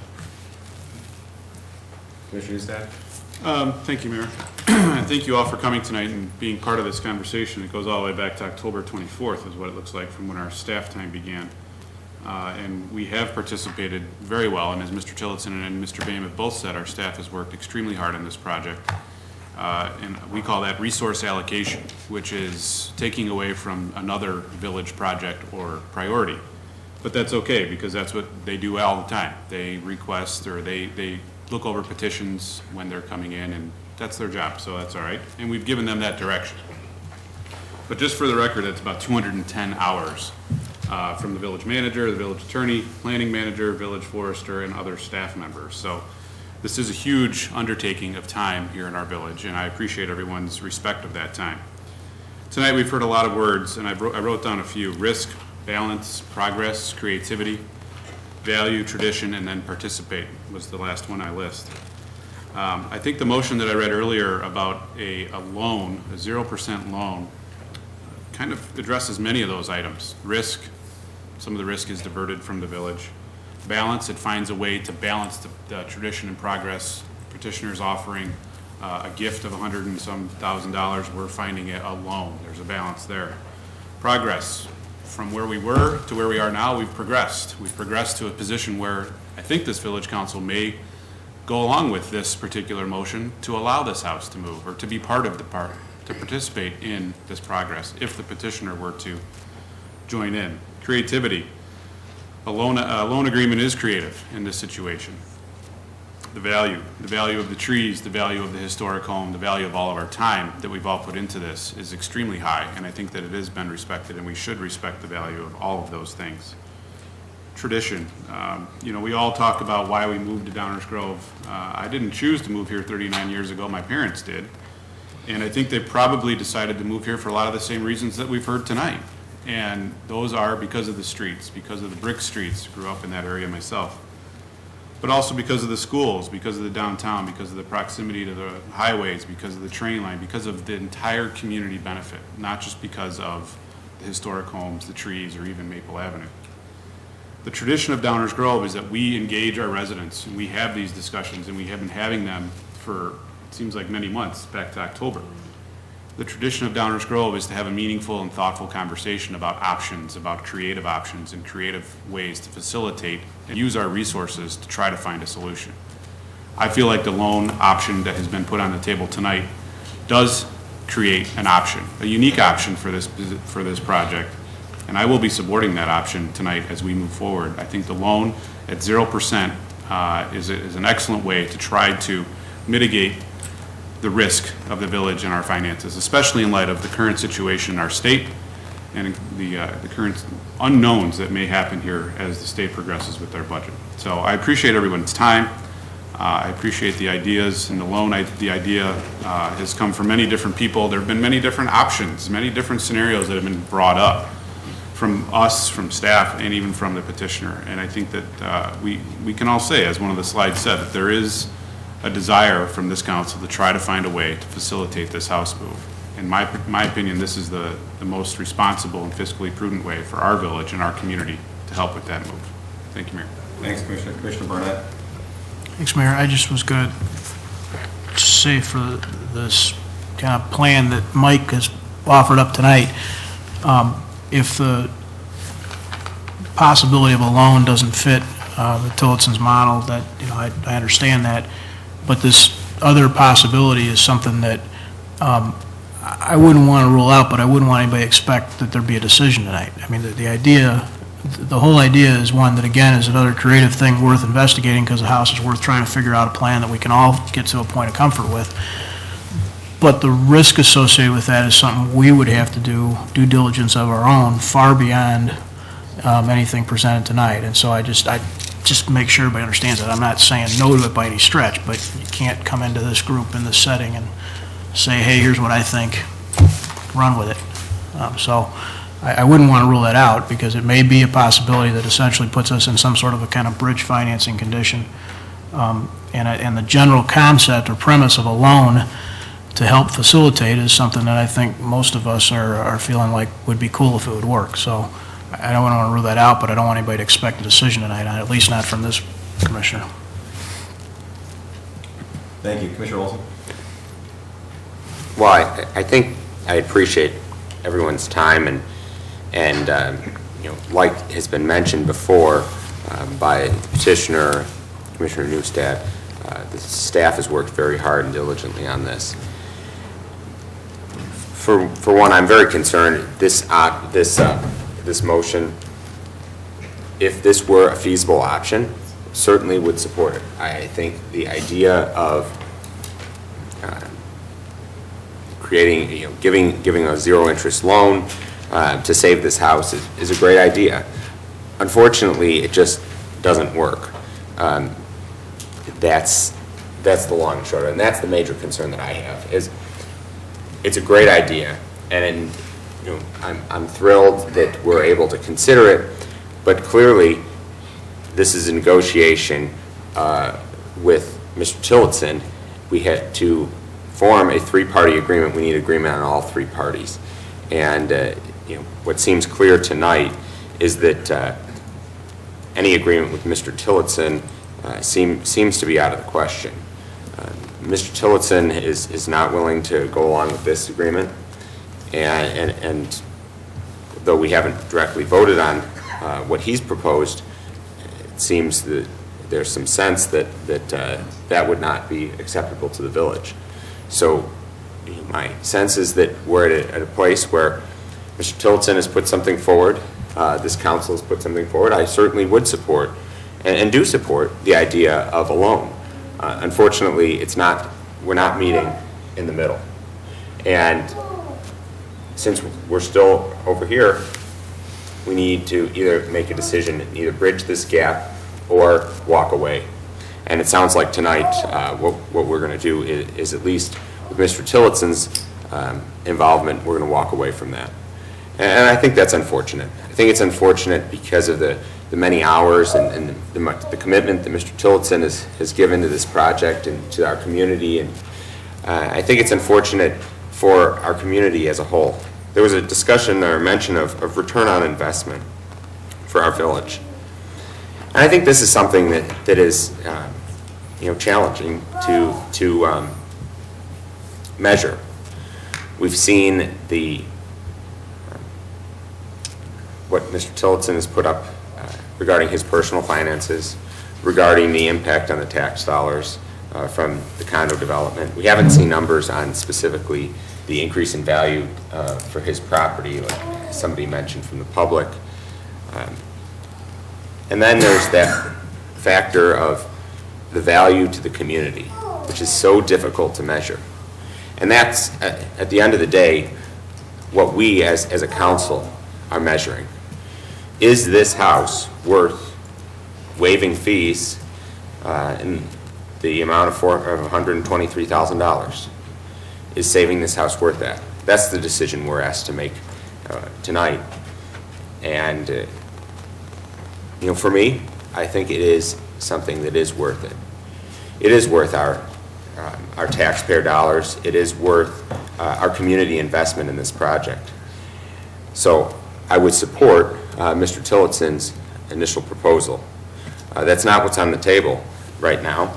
And I would ask the mayor's direction on the question of, I intend to vote for in the affirmative regarding the motion on the table, because I think it's something I would support. I do support it. Mr. Tillotson has stated that he would not accept the option on the table. And so I asked the mayor or village attorney if in that case, given the motion that be on the table, once we dispense with this motion, if it would be appropriate for me to offer a motion regarding specifically Mr. Tillotson's, what Mr. Tillotson has requested, and ask for this council to vote on that option as well. Once this, if this is voted in the affirmative, is this matter dispensed with, or can a subsequent motion be made? I think you'd have to move to amend what's on the table. Okay. You'd have to make a motion to amend what's on the table, Commissioner, and then if there was a second, then we would then have discussion about the amended motion. Okay. Well, in that case, I appreciate that clarification from the village attorney and the mayor. In that case, I would make a motion to amend the item on the table to strike the section about strike the language about the loan and say, and indicate that we'd have fee waivers in the amount of $123,000 and change. Essentially what's in accordance with the March 3rd manager's memo per Mr. Tillotson's request. I'd make that motion. I know I'm not exactly clear. Does staff understand the motion? Yes. So I'd offer the motion. As I understand your motion, Commissioner, I know staff understands it, but everyone, as I understand your motion is you're moving to amend the motion made by Commissioner Neustadt to basically eliminate the loan concept and go back to what was the ask, which was a redirection of the $123,560 of building permit fees for use instead for the move of the home. That's correct. Well, there's a motion on the table. Is there a second? There's a motion to amend on the table. Is there a second? Seeing that there's no second, motion to amend dies for lack of a second. That brings us back. It brings us back to the original motion. Could I respond further? Elaborate? Well, now we're back to the original motion, so if you have comments on the original motion. Please. Absolutely. I intend to support the original motion, but unfortunately, it's a losing battle on this one, and I think that's unfortunate. In final comment, I want to express my appreciation to Mr. Boehm, Mr. Tillotson, for the work that they and their families have done on this agreement. I believe that it is, they've gone above and beyond to try to find a solution that's acceptable to the community. as Mr. Lazar pointed out, they've gone above and beyond in trying to ameliorate the tree impact and make changes to allow this to be a project that is supported by the entire community. And, I just want to thank them for the time and the service that they've provided the community and their leadership. Thanks, Mayor. Thank you, Commissioner. Hold on. Yes, Commissioner Rankin wanted to speak first. Well, I have comments, but I was going to wait till the end. Are we going to vote on the motion and then? The motion is on the table. We're still entertaining questions and comments from members of the village council on that motion. Obviously, like Commissioner Olson proposed, there could be a motion to amend the motion that's on the table, which current is still the one made by Commissioner Neustadt and seconded by Commissioner Barnett. Well, I have a separate motion, but I'm going to wait until after we vote on this motion to bring that up. Well, unfortunately, I don't think you can do that, because if we vote on this motion, then that's the disposition of the issue. Like Commissioner Olson, if you wanted to make a modification to the current motion, you would have to make a motion to amend and then describe what your amendments would be, or what it would end up looking like would probably be sufficient. Okay, I understood that differently. Sorry about that. No, that's okay. So I would like to make a motion to amend the motion that Commissioner Neustadt put on the table.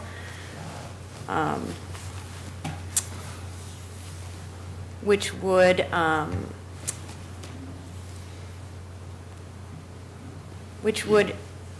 allow the petitioner, if they chose, to apply to subdivide their property located at 743 Maple.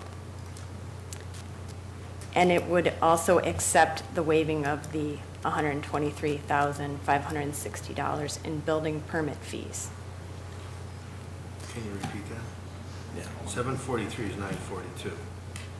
Maple. The motion is, if the petitioner desired, they could apply for a subdivision of the property located at 743 Maple. And that's how I'm amending it. I think 743 is a typo, is it not? No. That is the, she's got That's correct. The idea here, having had conversations with Commissioner Rankin, is that the owners, the Tillotsons, could come forth, put a petition in to subdivide their property at 743 Maple into two lots, one accommodating the relocated Edwards house, one that could be used where you could capture the value from the development and/or sale of the second lot to fill the financial gap that's been presented tonight. Key concepts with this motion is the village cannot, through this agreement, obligate itself to approve that subdivision. It can only obligate itself to duly consider. We have to go through the Plan Commission. And also, just to note, there would be one exception to that subdivision for lot width. The two lots, each of them would be less than the minimum required lot width, but the exceptions would be permitted under the village code. And I wanted to thank Mr. Lazar. He suggested this idea to me, and it seemed like a kind of crazy idea, and I asked Manager Fieldman just to explore it. And it is something that would be possible if Mr. Tillotson wanted to do that. It would go before the Plan Commission, and then we would vote on it, so it wouldn't be like the manager said, a done deal. But I think it's something important to put out there to consider. Are you talking just the subdivision, or did you include the fee waiver as well? I did include I said except for waiving the $123,000. So the except for waiving the $123,560 in building permit fees is a reference to the terms outlined in the manager's March 3rd, 2015 memo. So what I understand Commissioner Rankin to be saying is that she's seeking to amend your motion, Commissioner, to instead of either loaning or waiving fees in the amount of $123,560, instead of that, there would be a obligation to duly consider an application for a subdivision of the property, thus conveying value through that mechanism rather than through a loan or through a redirection of building fees. That's correct. Is that correct then? I understood what you were saying. So this is a subdivision concept instead of a loan. So the idea is, if I understand it, is you're conveying value or trying to convey value to the third party in a way other than a loan or a waiver of fees. That's correct. To try to make up for the gap between the give and the ask. Go ahead, And Commissioner. I would like, maybe you could clarify the reason why the subdivision may be something that the petitioner would consider? Well, because then there would be 2 houses and 2 lots, and so they would not be in the same financial situation as if it was 1 house on 1 lot. Gotcha. So the concept is to move 743 and move 942 to the newly formed lots. People are just trying to understand, hold on a second. We I'm have just a- trying to understand what the motion to amend is. I think a picture would be very helpful, so we're going to pull up a picture of what the subdivision would look like, and I think it conveys why it would add value. Right, which is, I think it's important to understand what it is that Commissioner Rankin's motion to amend is, so that whoever might second it can be duly informed of what they're doing. Folks, can we keep it down a little bit, please? Thank you. So what this picture on the screen shows is the property at 743 Maple, all outlined in white. And it shows 2 lots being created where 1 lot now exists. The first lot on the east side, or right side, would be the receiving lot for the 942 Maple structure of the Edwards house. The lot on the west, labeled 743 Maple footprint, shows the relocation of the existing house at 743 Maple. It shows that that house fits. It also could be developed on its own with a new house. The idea here is that the creation of value where 2 lots would be created where 1 now exists is that the financial value of that second lot would be greater than the requested financial assistance from the village. So does everyone understand what the motion to amend consists of? Yes. All right, with that, is there a second? Second. All right, we have a motion to amend and a second. So now we ask for discussion and questions from comments from the audience with respect to the motion to amend that is now on the table. Can we defer to John? That's what I was about to do. I understand what we're doing, we're working really hard to do the saving here, but as a banker, there's a lot going on here that I don't think we collectively can be deciding tonight. Well, let's come back to that in a second. There's a motion and a second. The procedure dictates that now, if everyone understands it, unless there are any mechanical or logistical questions, I would entertain questions or comments from the audience. We have a member of the audience who's at the podium. So, in short, again, we really do appreciate the creativity. It's definitely a gesture of a desire to find a way to make it work. My wife and I did study it. I believe economically it does make it more favorable. But, I mean, the whole point for us is to move from our current new home, which is a small lot, back to the property that we've owned for 20 years, which is a nice wide lot. So while it kind of does, I think, potentially solve some of the economic issues, I don't want to live there. So therefore, it's not something that we would be willing to accept. Well, I think the point in bringing it up too was to show that there's lots of options and that the council supports lots of options and that it's not just the one option you presented or the option that Mr. Bain presented. And that was kind of my point in bringing it up, but no.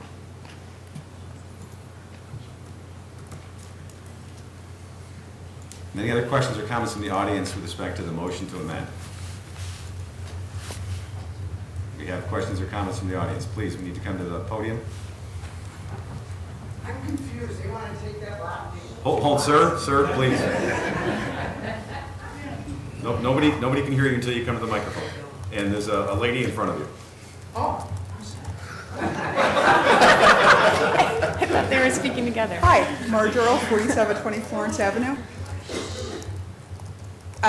This proposal just flat out shocks me and in no way goes with anything the council has been encouraging for the last 10, 15 years, which has always been the consolidation of lots to bigger lots, not making smaller lots if possible.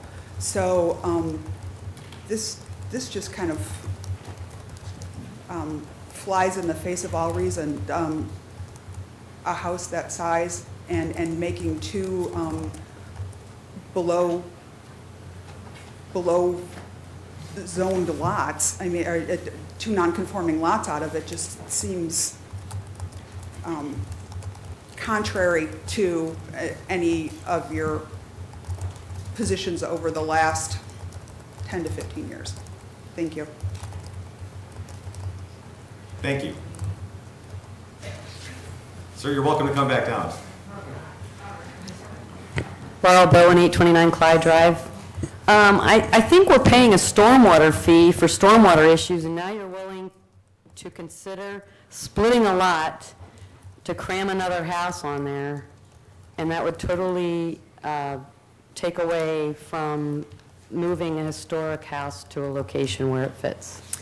Well, I think the concept that should be illustrated is that this is a way to save the house and save the original house that's on the property without it costing taxpayer dollars. And the two lots would be 72 and 50. So it's not going below the minimum that we usually see in town, which is 50.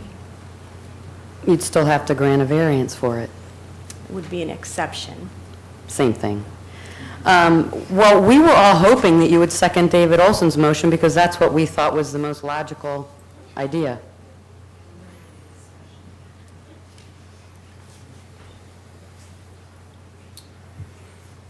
Yes, sir. I have a plat that says it's 104 feet, not that much. I live next door. You can't take a 100-foot lot and make two 50-foot lots out of it and put the Edwards house on it. That's ridiculous. I believe that staff looked at it and determined that the two houses could fit on there. Sure, I've been to Naperville. They got huge homes on little lots. That's not how Downers Grove is presented and how the houses are. It just seems silly. Okay. Or it seems like another option to facilitate the house move at a better financial opportunity to the taxpayers of our community. By splitting the lot? It's an option. And clearly, Mr. Tillotson isn't interested, but it's an option that this council proposed to try to come up with a way to find that balance that we've been talking about tonight. It's creative. I don't think the lot's as large as that proposal is. Okay, well, we can check on that for sure. 104 feet. Well, I don't think staff is shooting blind in the dark. Well, I have a here. plat that says it's 104. We hope Mr. Tillotson's plat shows about 125, so we'll work on that, but the concept, we think is viable based on the information submitted by the petitioner. And obviously, the actual width is a knowable fact. I think we're proving why it would have to go to plan commission before we Right, well, it's make any decisions. part of the challenge. Yes, sir. Good Ken evening. Wolf, 744 Maple. I live directly across the street. I think it would be hell to look out there and see two houses crammed on that lot every day of my life. Oh, please again, folks, no, hold your applause. Thank you. Other questions or comments on the motion to amend that is currently on the table?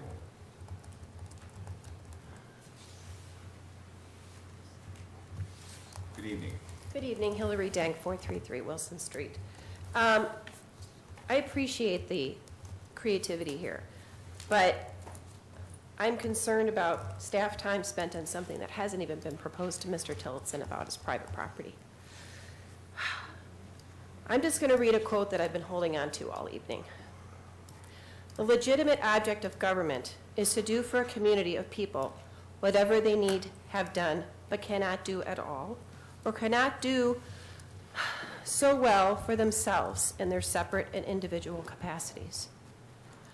But in all that people can individually do for themselves, government ought not to interfere.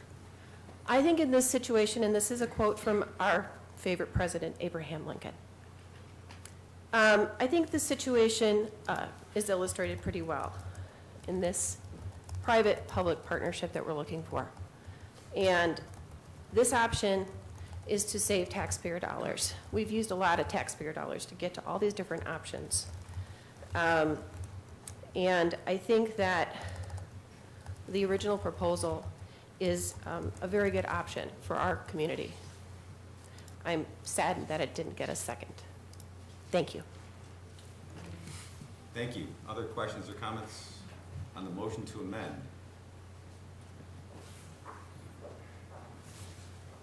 Yes, sir. Thank you. William Waldeck, 1409 Willard. Just had a thought while you were having the discussion on this, was I spent a couple of meetings, after meetings in the committee room where we were talking about gateway signs. And big push for having a gateway sign that represents the architecture and traditions of Downers Grove. And for 1 year, your budget on that is $100,000. So you're going to spend possibly $100,000 on gateway signs that represent architecture that you're tearing down. So it looks to me, it's like killing a polar bear so you can have a picture of a polar bear. It just doesn't make any sense. Thank you. Other questions or comments from the audience on the motion to amend? Hello, Dave Gasson, 5320 Benton Avenue. I'm going to beg your indulgence. I just want to make a brief comment that's not directly related to this motion, but I wanted to say that I had on this issue a lot of preconceptions about what I thought was important about Downers Grove and why people want to live here. And I have to admit I'm embarrassed tonight, not for anything that's gone on here, but for myself, that I realized tonight that those preconceptions were entirely wrong. And the reason that I like living in Downers Grove is because of people that have come here and put so much effort into this. And despite how it appears that this is going to go tonight, I want them to know that I'm very proud of them. My wife is one of those people. And I thank you very much from the bottom of my heart. Thank you very much. Thank you. Other questions or comments from members of the audience with respect to the motion to amend? With respect to the motion to amend, Yes. Mr. Mayor, and Commissioner, I think it is a very creative solution, as we discussed before, but since Mr. Tillotson has rejected it, I suggest that it be withdrawn, the motion to amend. That would be the purview of the movement, if she were to. Actually, point of order, I'm not sure a motion can be withdrawn once it's been moved and seconded to the floor. That's correct. Then I would encourage the remaining commissioners to amend the amendment. Just vote no. The more direct route was simply just to vote no. Okay, well, no, if you... Then the amendment would fail, and we'd go back to the original motion. Okay, then I just want to make sure it didn't end there. All right, so any further questions or comments in the audience on the motion to amend? All right, hearing none. Any questions or comments from members of the council regarding the motion to amend? Commissioner Jose. Thank you, Mayor. Just with regard to the motion, I'm fine with considering a lot split. Obviously, Mr. Tillotson is not. That said, I would be willing to combine the two options that we've heard tonight of the loan and the lot split. I'm guessing that would receive the same answer. But I think there are, we're listening to all potential options. I want to throw that potential option out there. Thanks, Mayor. Well, on that point, then if you were inclined to do that, the vote would be no to Commissioner Rankin's motion. You could make another motion to amend that would reflect both components. Or I could move to amend the amendment, but yeah. Yes. I was trying to keep it simple. But we can complicate it, sure. More than one way to skin a cat. Yes, that would be another option, simple. Commissioner Rankin could accept a friendly amendment to her motion to amend, which would include, it wouldn't exclude the loan option.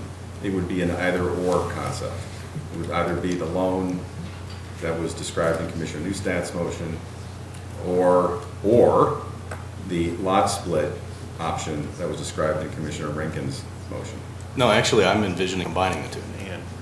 And giving him... What I'm talking about is a bridge loan that would then be recoverable by the village Okay, after that wasn't the sale clear. of one or both of those properties. All right, that wasn't clear. Sorry. So, well, that's, again, it's something that would be up to Commissioner Rankin as the move-ons to accept that friendly amendment, which would allow for the loan in addition to the opportunity to conduct a lot split. Well, I would support that, but I'm not sure if Mr. Tillotson would support that. Mayor, point of order, when I think of a friendly amendment, I think of something that's, you know, Friendly? well. Actually, it hasn't even happened. Actually, there's no such thing as a friendly amendment. There is no Can I such. call for the vote on the amendment? Yeah, because if we're going to consider something else, let's dispense with this. Mayor? You can call on the vote. On Commissioner Rankin's amendment? Yes, yes, you Then it'll can. go back to the original, and in case of Yeah. failure, it goes back to Commissioner Newstedt's Right. original motion. And if Commissioner Jose wants to make a friendly motion to combine the two, we can do that. I take that as a motion to end debate on the motion to amend and calling for a vote on the motion to amend. Second. All right, then we'll vote on the motion to amend. Actually, hold on, we have to vote to close debate first. Yeah. All right, let's vote to close debate, so we can then have a discussion. That's the motion you on to made, amend. Commissioner, sorry. No, that's fine. That's fine, I have no objections. Roll call, please. This is on the motion to close debate, so we can then vote on the motion to amend. And who seconded I did. Commissioner Durkin made the motion, Commissioner Olson seconded the motion to close debate. And vote on the motion to amend that's on the table. Commissioner Durkin? Aye. Commissioner Olson? Aye. Commissioner Jose? Aye. Commissioner Rankin? Aye. Commissioner Barnett? Aye. Commissioner Newstead? Aye. Mayor Tully? Aye. Debate is now closed on the motion to amend. And we'll now ask for a roll call with respect to the motion to amend itself, which was made by Commissioner Rankin. Motion to amend. Commissioner Rankin? Aye. Commissioner Jose? Aye. Commissioner Olson? Nay. Commissioner Barnett? Nay. Commissioner Newstead? Aye. Commissioner Durkin? Nay. Mayor Tully? Nay. Motion to amend fails 3-4. Now we're back to the original motion made by Commissioner Newstead and seconded by Commissioner Barnett, which was the loan concept, just in case folks have forgotten with the passage of time. Mayor, can I ask a question here, just because I don't know the protocol? If this is the motion that's on the table, right, the last motion? The motion that is on the table was the one made by Commissioner Newstead with respect to loaning at 0% interest for a 10-year period, $123,560.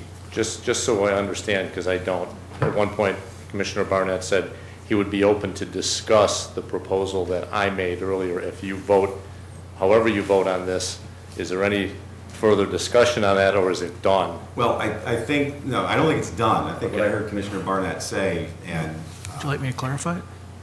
well, fair enough. I was going to add to it, you may not need to after I'm done, Well, go ahead then. Have at it. is that the concept is interesting, but it's something that we haven't had anywhere near the time to actually fully consider, particularly what the risk would be.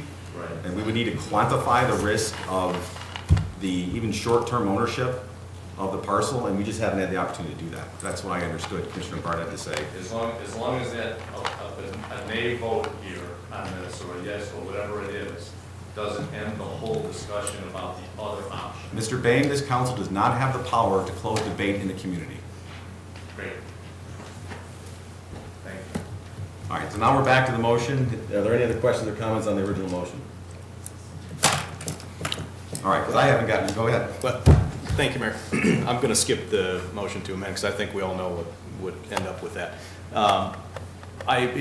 As my colleagues have, I want to thank everybody who's been involved in this, the NIBOs for raising awareness initially, the BAMES, the Tillotsons for stepping forward, all the time that staff has spent on this, everybody who's emailed, called, stopped me at the grocery store, what have you. I think it's a safe bet to say that with regard to the Maple Avenue development that's going on, it's the condo building that was proposed and now the moving of the Edwards house. It's easily the topic that I've gotten the most feedback about. And so I want to thank everybody for engaging. I think it's important to clear up a couple of statements that were made earlier. First off, with regard to the condo development, it wasn't a matter of looking at a developer with a big bag of money. It was a question of land use. And that was what was before us, whether or not the condo building fit our zoning ordinance. Whether or not there was additional property tax to be captured from that is a totally separate issue and was not part of that vote. Secondly, once that building is built, if that building is built, the property tax that is generated from that would go into the downtown TIF fund. It would not go into our general fund, which is where the waiver, the fees that would be waived would go into. So I think it's important to clarify those couple of things. There's been a lot of calls for participation, and I think what we're doing here is participating. The village has participated for the last several months. We've seen 210 staff hours, what that works out to in staff weeks, but it's an awful lot of time, and obviously well-deserved because there are a lot of people who are very interested in this. I think as many of you know, my principal objection to the moving of the house initially had to do with the trees. I didn't like the idea of cutting down 15-plus trees and then pruning, in my mind, it was trimming pretty drastically a number of others. And I think the movement that was made in lessening the impact on the trees is extraordinary. And so I applaud all of you for all of your efforts with that.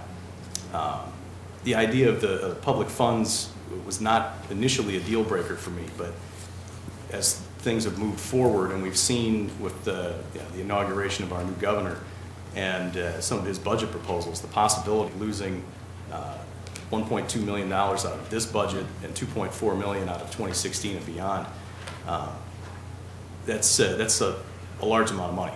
We're already taking steps, and we're going to hear more about it tonight during the manager's report, of different things that are being postponed or potential cuts to make up for that potential loss in revenue.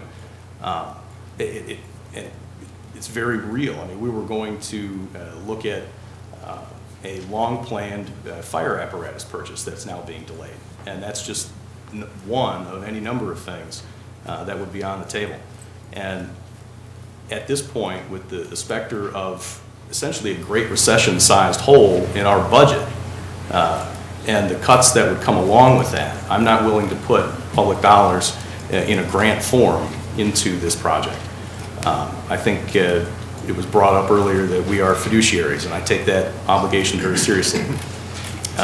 So at this point, I'm willing to go along with the loan. I'm willing to go along with the lot split combined with the loan to facilitate the move of the house and then make it more palatable and make it more of a, in my mind, more of a partnership. But be that as it may, we've got the motion before us and the loan concept, and I intend to support it. Thanks, Mayor. Thank you, Commissioner.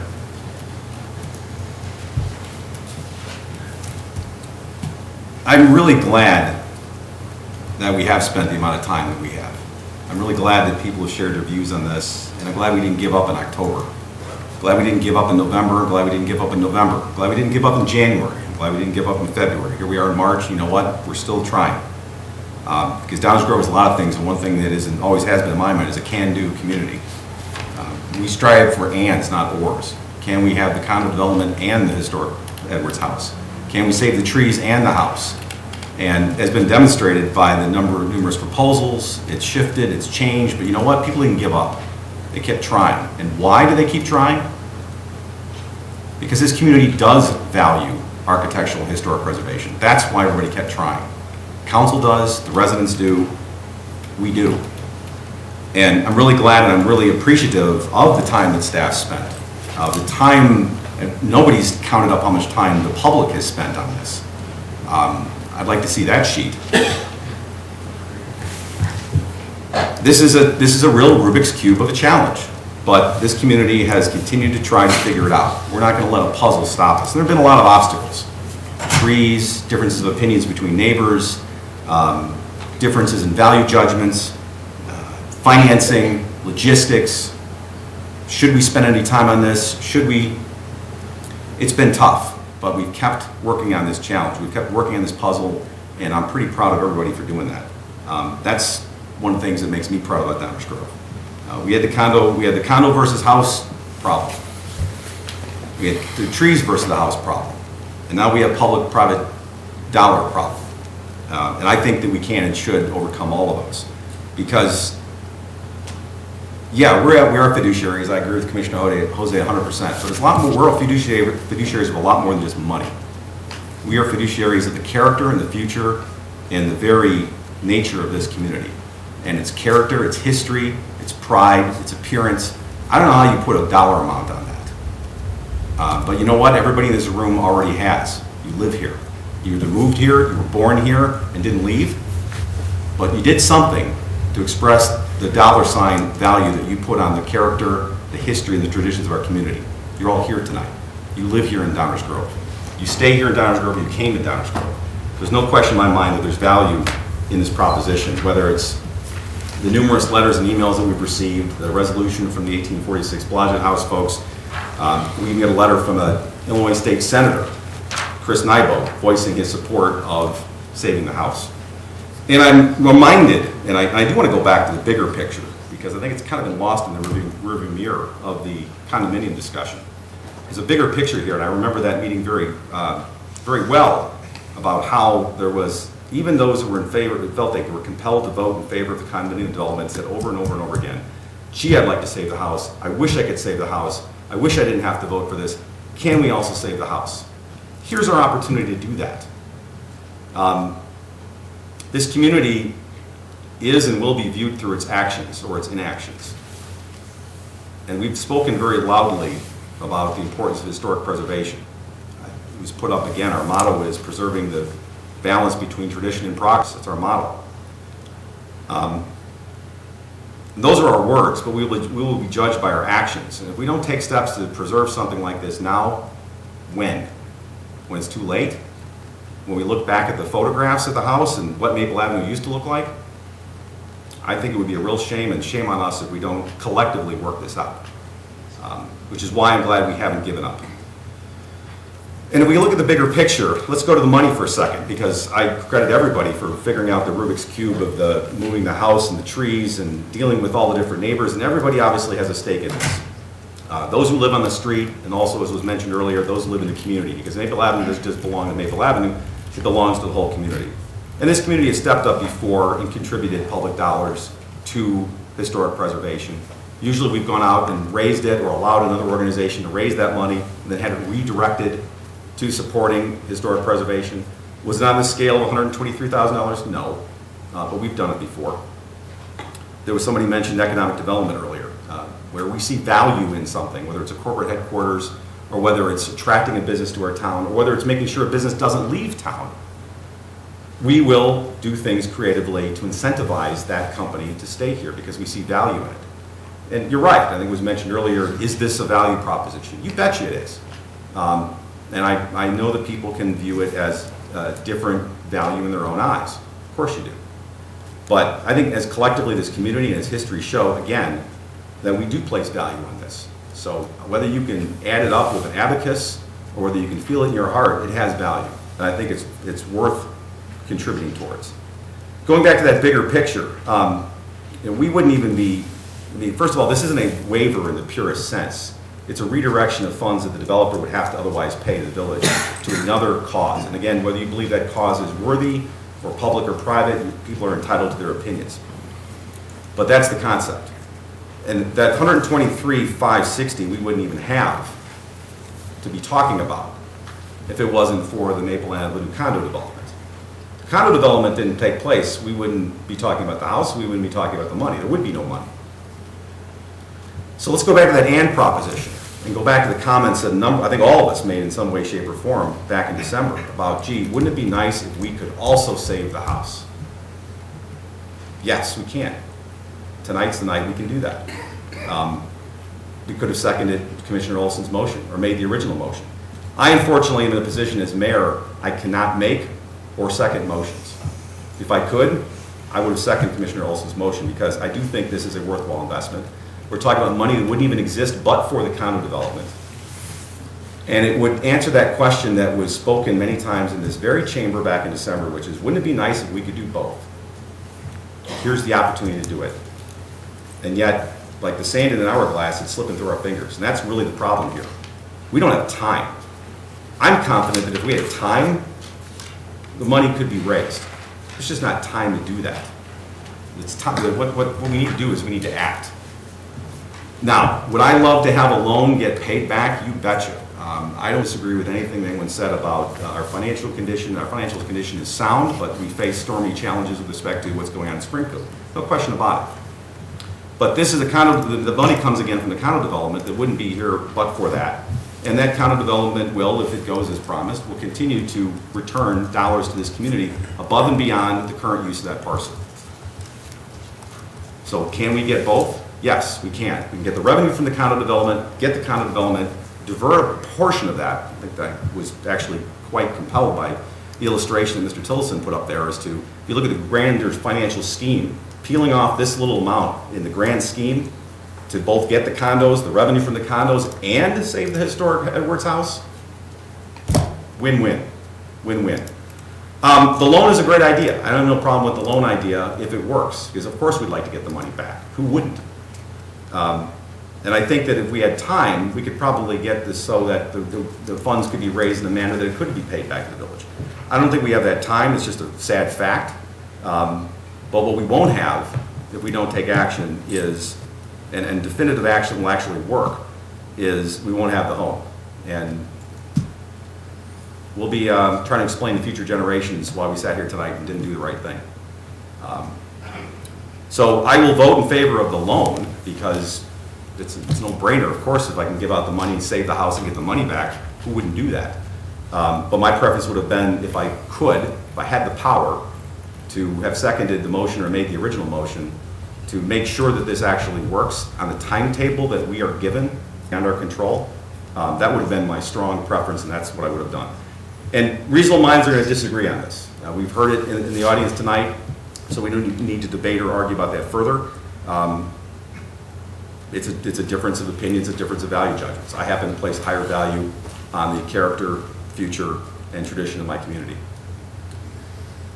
So with that, we need a roll call on Commissioner Newstadt's motion, which was seconded by Commissioner Barnett for the loan exploration option.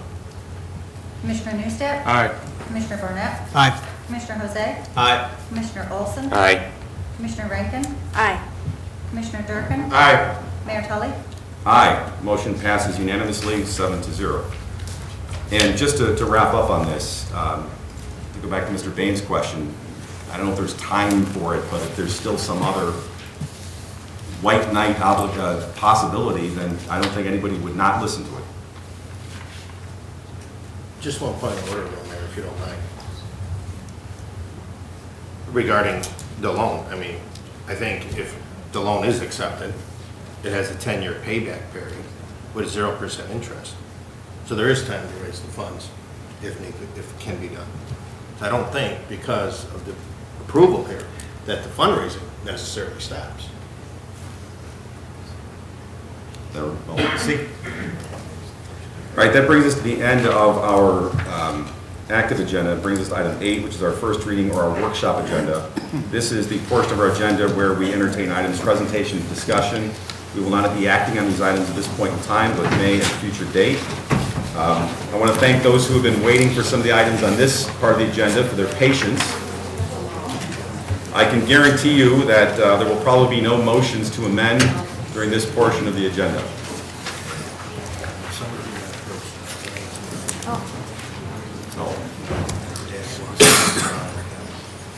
Is that Elena Falco's? We're going to just give everyone a moment here to head out.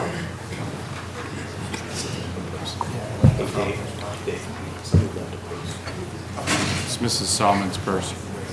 Right by the Yeah, she might podium. be coming back. She might come back. We're going to wait for the village manager to come back. Since traditionally the village manager will make the presentation of the items, I'll wait till he returns.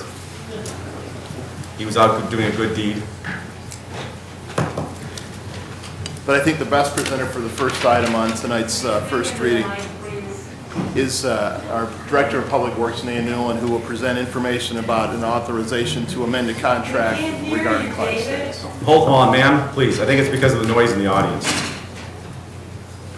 The village manager simply said that Director of Public Works will be making the presentation. Good evening. Good evening, Mayor and Council. Thank you. What I'd like to do tonight is present a resolution as requested to authorize an amendment to an existing contract with Christopher B. Burke Engineering for design engineering services for the Clyde Estates improvements in the amount of $11,000. The council originally approved an agreement with Christopher Burke Engineering on April 8th of 2014 for an amount of $98,267.40 to design improvements in this development that included roadway reconstruction, stormwater improvements, and the design of new sidewalks in this development. During the development of neighborhood meetings, there were some changes made in the design that involved some traffic calming and the ditch design, and we are asking at this time that Christopher Burke go back and modify those changes in response to comments we have received from the public. Staff has reviewed the attached change order and recommends that it be approved. And just to give you an idea, we would be on target for, after these changes were made, with a June award of the contract with completion of the project in November. And when would we bid on the contract? What's the estimation? I'm sorry, when will we vote on the contract? In June. Thank you. Questions or comments from the audience? Questions or comments from the council? Oh, I'm sorry, we have audience. Yes, please. Oh, I thought there was one in the audience. No. Commissioner Olson? Yeah. Do we have an audience?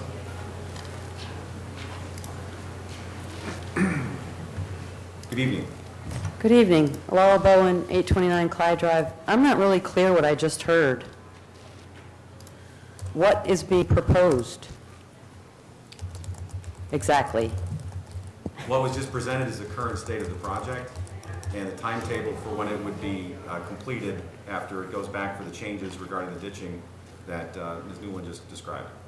What is being changed tonight when you vote? We're not voting We can anything hardly tonight. hear you. We're not voting anything tonight, but to the extent that it wasn't heard by the audience, perhaps you could repeat the essence of it? What's And- being proposed is that we've asked the engineer to go back and make changes to the design. One was to eliminate the traffic circle at the northern edge of area of Washington Street that was originally included in the plans because of feedback received from the neighborhood that they preferred the design to not have the traffic circle in it.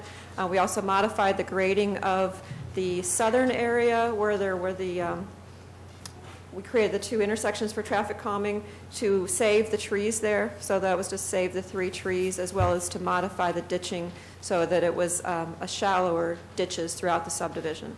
So we've asked the engineer to go back and modify the design, and this allows for those hours and the increase in cost.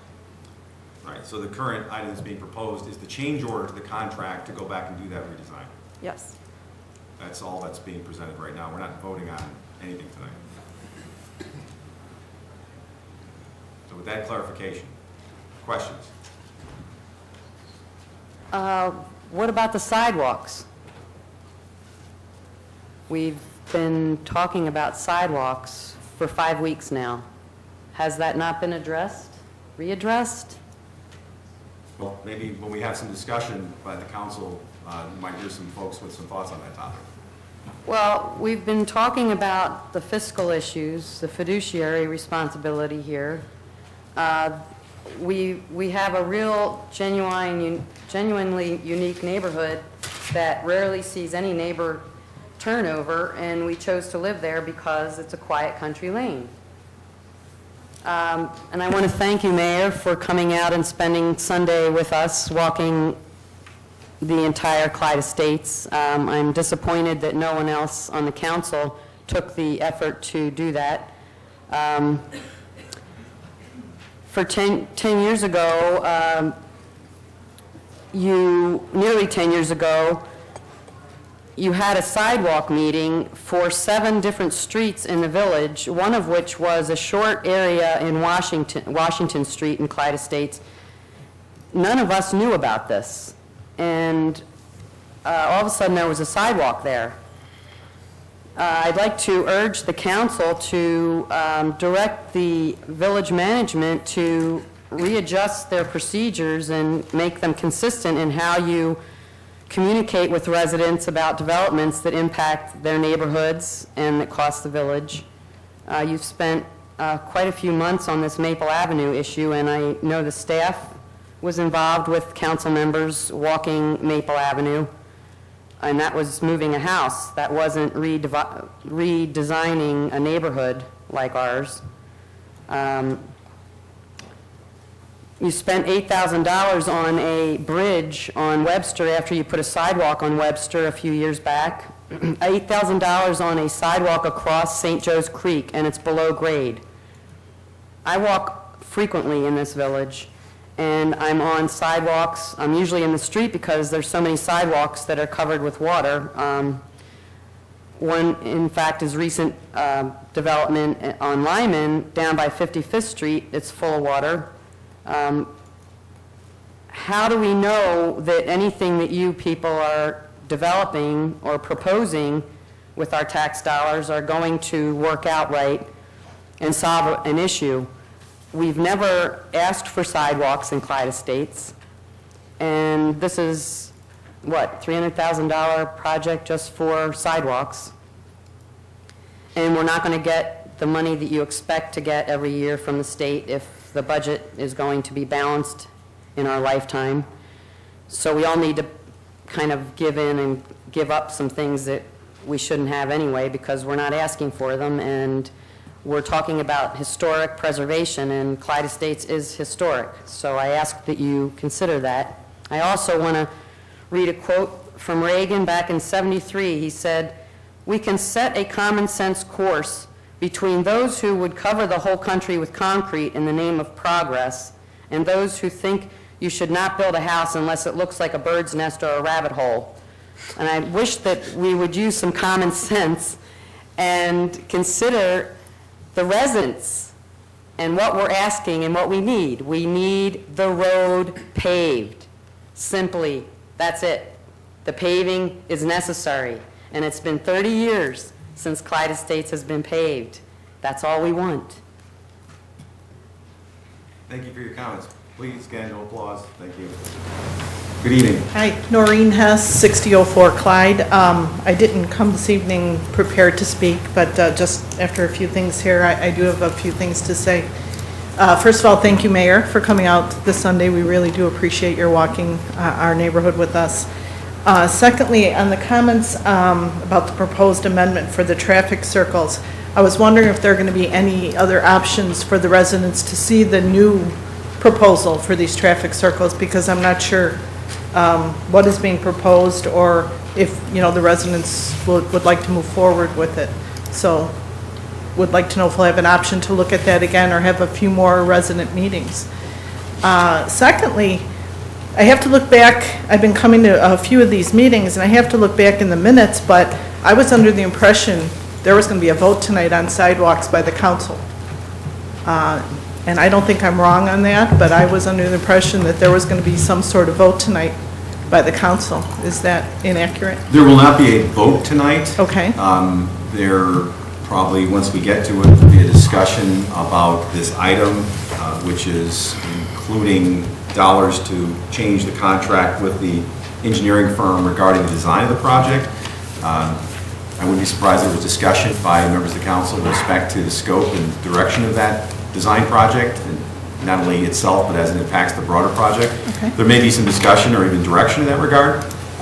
We'll see once we get to the council, but we're not voting on anything tonight. Okay, But direction can be given. Okay.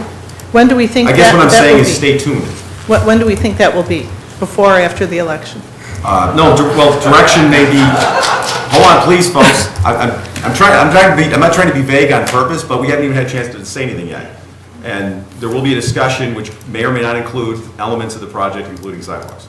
I'm not usually like this passionate about this. I will have to go back and check my minutes, but I did think we were going to take a look or vote on some sort of amendment or something this evening moving forward. Mayor, we can I were get a told shot? We had a deadline, and it was coming up, et cetera. I know this project is soon to happen, but this again goes to the point where we don't feel like we have a voice in this. But thank you for your time. Right, and then all I'm going to say is you might just stay tuned, don't go anywhere. Wait till we have the conversation. Mayor, could I give a Sure, shot? go ahead. I think what the mayor was trying to say is, if there are 4 people up here during council comments that say, we don't want sidewalks, staff will hear that, and that will become one of the changes that gets incorporated Yes. in whatever gets voted on. Correct. But the vote doesn't take place tonight, but the Right. project scope can change pursuant direction of the village council tonight. Thank you, Mayor. Well, we haven't spoken. But what we vote on is the contract amendment, which is the additional cost of the further redesign. That's what will be up for a vote next meeting. But ultimately, what we vote on is the actual contract for the work. Things can be taken out of that contract between now and that time. So going back to Commissioner Jose's point, if 4 people were direct that something were to be removed from the project tonight, it would be removed from the project. I'm still not making any. No. I guess more what I'm referring to is the petition that was presented a couple of meetings ago with over 85% of the village, the Clyde Estates village residents, saying what they wanted. And not 4 people speaking here, but a majority of our area saying things that we wanted. But I was under the impression more was going to happen this evening. So I guess we'll stay tuned for the next meeting. Well, no. Actually, I'm just saying, stay tuned till the council has an opportunity to discuss the point tonight. Okay, all right, that sounds good. It's still the public's turn. We haven't had our conversation yet. Thank so you I'm very simply much. saying, be And, patient. thank you for your presentation part, but yeah, a little bit more about the sidewalks would have been good. Thank you. Thank you. You know, just one point of order, Mayor. if I could. I know, when we start doing the motions to amend and things like that, we all get very confused, so I don't blame you. All of the discussion, the issues of the petition of the 85% have always occurred under the public comment. So it's not like we've had an opportunity to discuss this. This is the first opportunity collectively. We can't hear you. Eat your microphone. Move it. My point is that of all the times we've heard about sidewalks has been under the public comment section. This is the first time, under my recollection, that we're at a position that's an item that we can talk about that's on the agenda. When you submitted all the petition of the 85% was all under public comment. I don't mean to confuse it any further. I'm just saying why we haven't had a chance to talk. All I'm going to say, just once again, just wait till we get to the rest of the other portion of the discussion. But right now, it's the public comment and questions, so that's where we're at. So we're still entertaining public questions or comments on the contract amendment. Contract amendment. Contract amendment. Yes, sir. Okay. Good evening. Good evening. Jordan McCarrs, 300 Burlington Avenue, Downers Grove. I was also among the confused. We just thought this was going to happen earlier, so I would stay if I could to listen, because that would be very good and instructive, because I'm curious why at all they're doing the sidewalk. So I have some prepared statements, because not only do I have an opinion about Clyde Estate, this is only going to take about 3 or 4 minutes. That way I won't get off track, but all this, some of this discussion about money with the changes in the state funding and the like, what I do, I call regenerative economics, and I've sent some proposals. I'm going to reiterate a few things here tonight, because what I'm hoping to see, well, we're getting farther along with what we do, I'll talk about that, is any community, any neighborhood, what the things that I'm talking about, any neighborhood can get involved in and show that the amount of collective resources, money that can be saved undertaking some of the projects that we call regenerative economics, regenerative infrastructure, and so you save all this money and resources, and you get into productivity and start to expand your thoughts about what is possible, and all of a sudden you create not only new hope and new activity, but a hedge against the financial economy.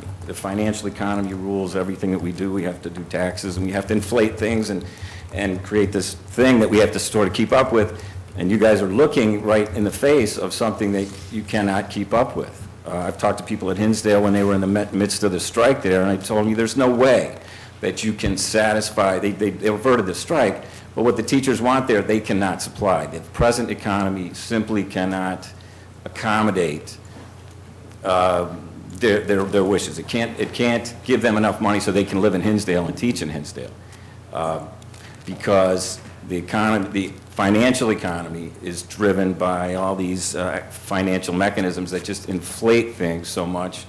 They take, without creating more value, they create more cost. So so here I am with what I've been working on for decades, is trying to prepare for this moment when we have to create an economy to hedge against this financial machine, and hopefully then teach, that this is the way that you can actually create longevity. So, I'll just get into my prepared comments. I thought so you guys are going to talk about sidewalks, I'm going to just bring it up quickly. Well, first, that part of that comes out of the 3 or 4 minutes, right? What's that? 3 minutes from here. Here we go. All right, I'm in timeout. Okay. So I join with those opposing sidewalks in Clyde Estates. There do not appear to be any critical safety concerns, and if that is indeed the case, then moving forward would be a waste of money and resources while adversely affecting the aesthetic and property values of this unique neighborhood. In addition to that, I feel this is the perfect time to consider proactive measures that can help every neighborhood help themselves while helping their town, their country, and their fellow citizens.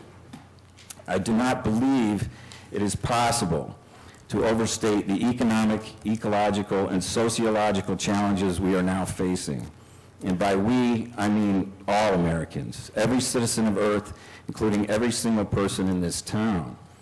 About 10 weeks ago, I sent the council an outline for converting suburban communities into neighborhood farming systems, also new curriculum suggestions for schools, all under the headings of regenerative infrastructure and integrated farming systems. The preamble for that outline stated that there are no federal or state mechanisms in place, nor any in the works, that will change our negative economic, ecological, and sociological trajectories into positive ones. In other words, we cannot wait for Washington, Springfield, nor any political or market-driven mechanism to address these things for us. As much as I personally like and appreciate everyone I've met at the Village, I know from my own experience that the Village Council does not feel free to make a realistic commitment to regenerative infrastructure without at least seeing a really good example of it. So to help any town, community, school district, or neighborhood, my partner and I created a nonprofit organization called Hands in the Earth. For any that are willing, we can facilitate a cooperative problem-solving experiment to help you convert your neighborhood to a complete, stable ecosystem that saves money and resources, is highly productive, and much healthier for all involved. I'm also asking Mayor Tully and the council to consider engaging the community, the educators and the students, into converting every single parcel of unused property, including the parkways. Sure, can I just cut you off and ask you maybe I got 30 seconds. All right, you promised me 30 seconds. Otherwise, I'm going to ask you to keep those comments to the end on general nature, because this has really gone far afield from the contract amendment. In a way, it has. No, it really has. Okay, I'm down to 10 seconds before I get back to the thing. Thank you for listening. It's usually a good way to wrap up. Mr. Mayor,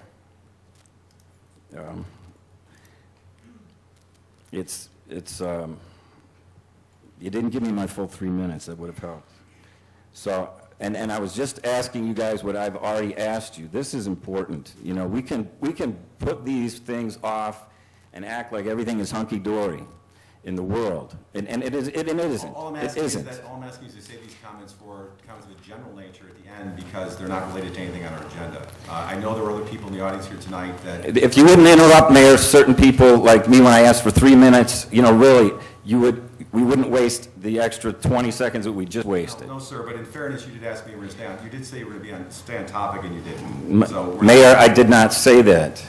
I said I was going to speak to that, and I was also going to address regenerative economics, the development of regenerative infrastructure. I'm just about finished. I asked you to save those comments for the end. Why is it so important for you to derail a thought before it's made complete? I beg to differ, sir. I'm simply being, I'm simply asking you to be respectful to the others in the audience. Where was I with my time then, Mayor? Sir, please, 30 seconds. All right, let me just get back. After I'd said I appreciated what you guys do, but I am asking you to consider engaging, blah, blah, blah, the students, educators, the community, into converting every single parcel of unused property, including the parkways, into productive land for growing produce or other applications that conserve the water, the soil, the air, and diverse ecosystems, thus stabilizing the elements we need for a functional, fiscally responsible, regenerative economy. Certainly any parcel of land where the village is spending resources, chemicals, and fuel to mow, other than athletic fields and playgrounds, should be considered. In closing, please say no to sidewalks in Clyde Estates, and let's get to work to make this growing season the best new beginning of this century. You can talk to me. You can reach me through planetjordan.com. And those of you at home, you can write me in, and not that that matters, but maybe if enough people really care, you'll start to think about this. We just don't have discussions about the nature of where we're going, and this community, how it fits into the plan of the United States and the rest of the world. We are in trouble, Mayor, and I know you don't want to talk about those things, and I could have been done sooner, but I'd appreciate it next time. We got confused. These people all thought that the sidewalks was the first thing on the agenda tonight. For some reason, nobody's fault, but, Thank you. Thank you.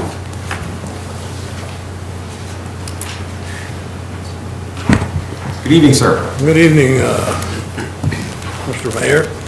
My name is Andre Knocker, and we reside at 945 60th Place in Clyde Estates.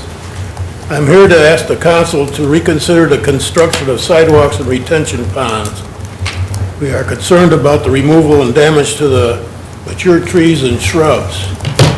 In the 36 years that we've lived in Clyde Estates, we have not heard any complaints of lack of sidewalks.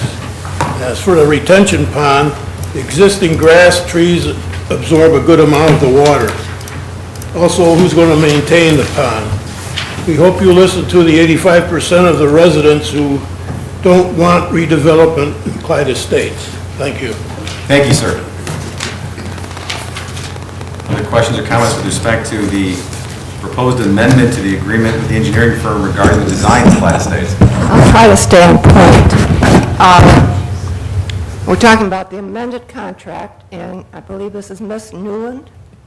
She said that she's looking for $11,000 in a revision, and I find that an amended contract should state something about traffic and regrading of the parkways, but they're not in the original proposal or the request for this type of work. So how can it be amended?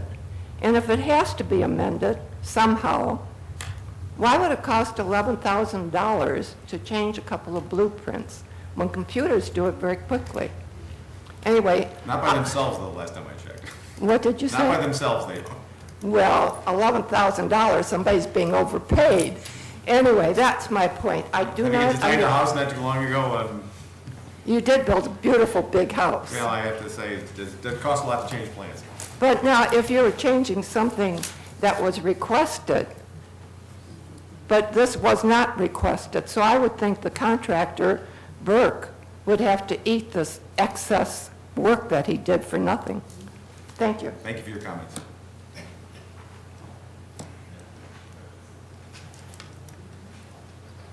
Good evening, sir.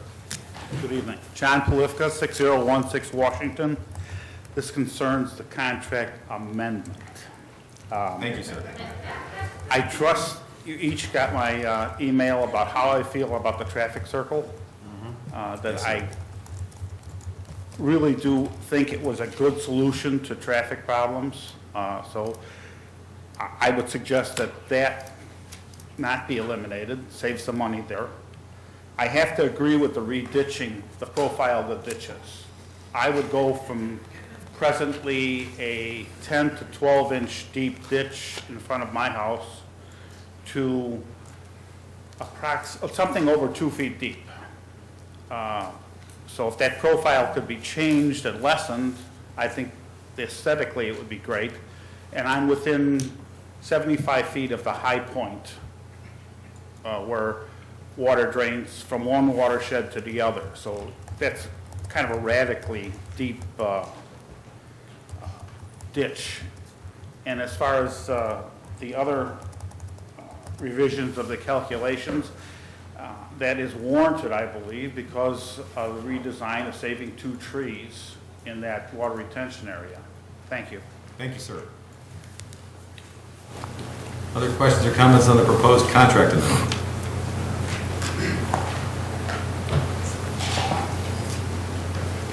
Good evening, Mr. Good Mayor evening. and Commissioners. Bill Schulteis, 5916 Washington Street. I just wanted to address the first point on the resolution of the elimination of the traffic circle. That was put in, that was designed by Burke after the first meeting. I'm sure that they did not come up with that out of thin air, as there was much discussion about traffic calming in the neighborhood. Clyde Estates is a very quiet neighborhood, though it abuts Main Street and it gets pass-through traffic. It gets a significant amount of pass-through traffic. And I think the changes at the south end and the inclusion of the traffic circle definitely go to minimizing traffic in the neighborhood and getting it back to the quiet neighborhood where people can walk on the street. Kids can ride bikes, and the traffic is moving. It's from the neighborhood, slowly coming out of the neighborhood or back in. It's not designed for people passing through the neighborhood to cut the corner. It's quiet, winding streets. It's not for that, and that's what it's being used for today. So I would ask you to reconsider adding the traffic circle or some other medium at that point at Washington and 60th to help mitigate traffic through the neighborhood. Thank you. Thank you, sir. Good evening, sir. Good evening. I'm still concerned about the sidewalks in Clyde Estates. I want to thank the commissioners who did correspond with me under the website regarding my comments previously. Although they were not favorable, I still thank them.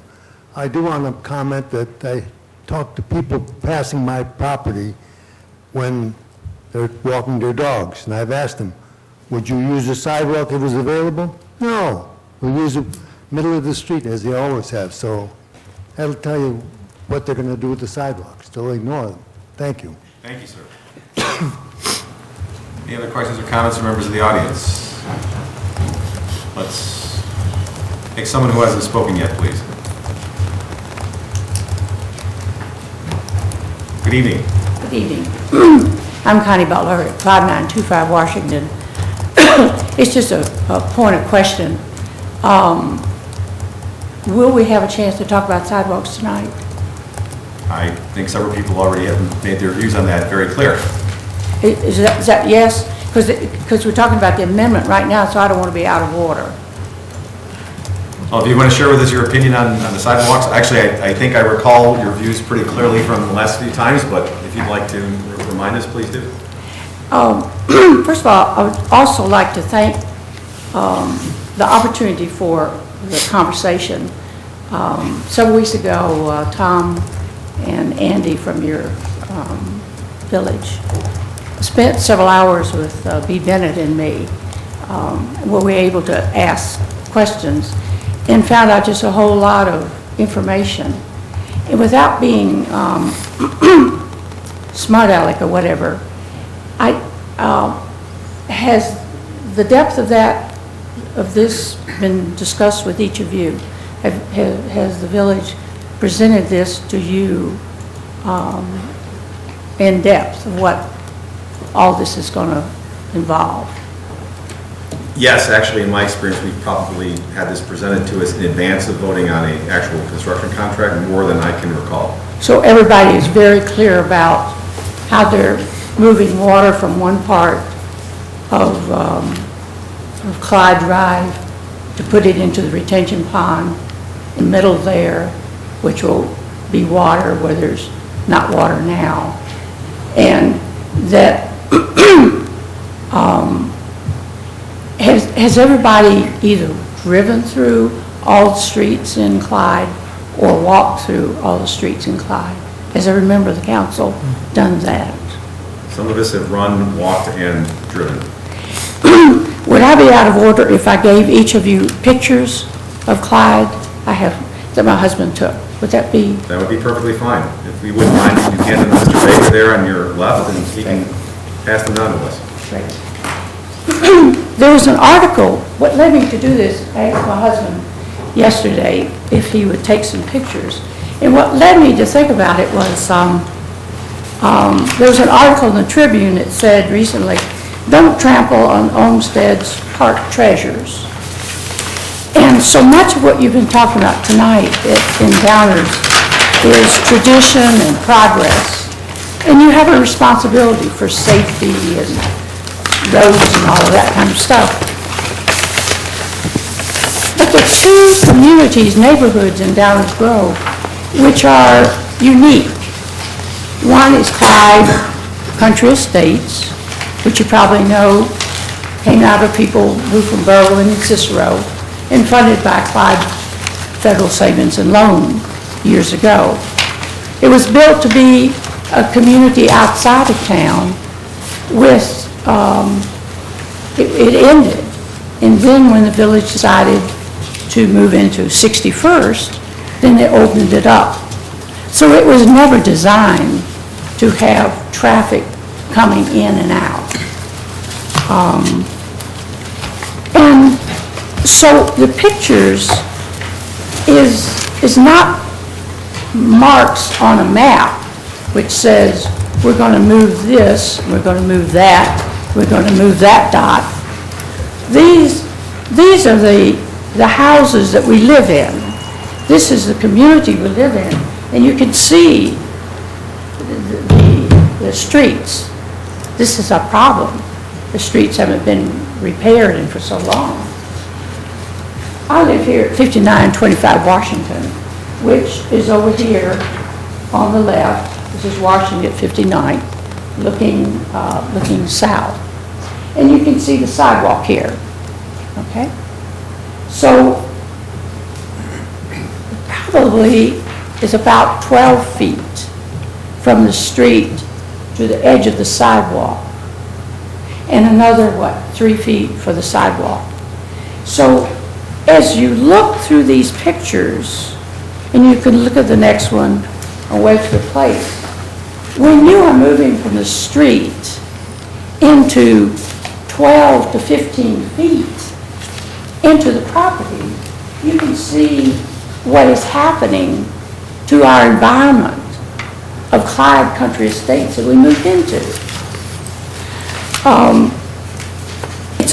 It's a community of basically a lot of land, except for a few places where you have houses where there's not much backyard. And now you bring in the sump pumps coming out into the yards, you don't have room for the water to go. But in the bigger yards, the trees and the parklands absorb that water. So pumping water from Clyde that borders on the Whitefield out into the middle of the property, not even knowing how many of those people have water in their basement, and just asking some of my neighbors, do you have water in your basement? Well, no, I might have a trickle or so, is not going to solve the problem of coming down here in Washington, where it's a low part, which has an entirely different problem. So I appreciate so much you're looking at the whole thing together of safety and water and roads and all of this. But I just wonder if we've really kind of got it right. I agree with Lauren that our streets are what we need. When we start impacting on cutting down the trees and building retention ponds and moving all these, whatever, you know, I think it's a greater, I really don't know how much value is going to come of that. But I'm not an engineer, it's just my own gut. And as you move through these pictures, you look at the one on Webster Street South, where you have two houses on one side of the street and on the other side of the street, you don't have a house. And you come in there 12 feet, 15 feet, you're just cutting down all those trees.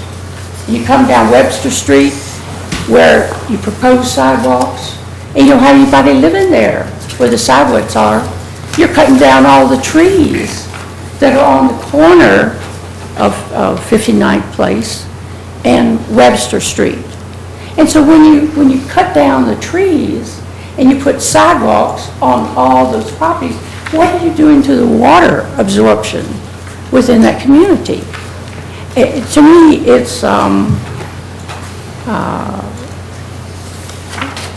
just needs more thinking.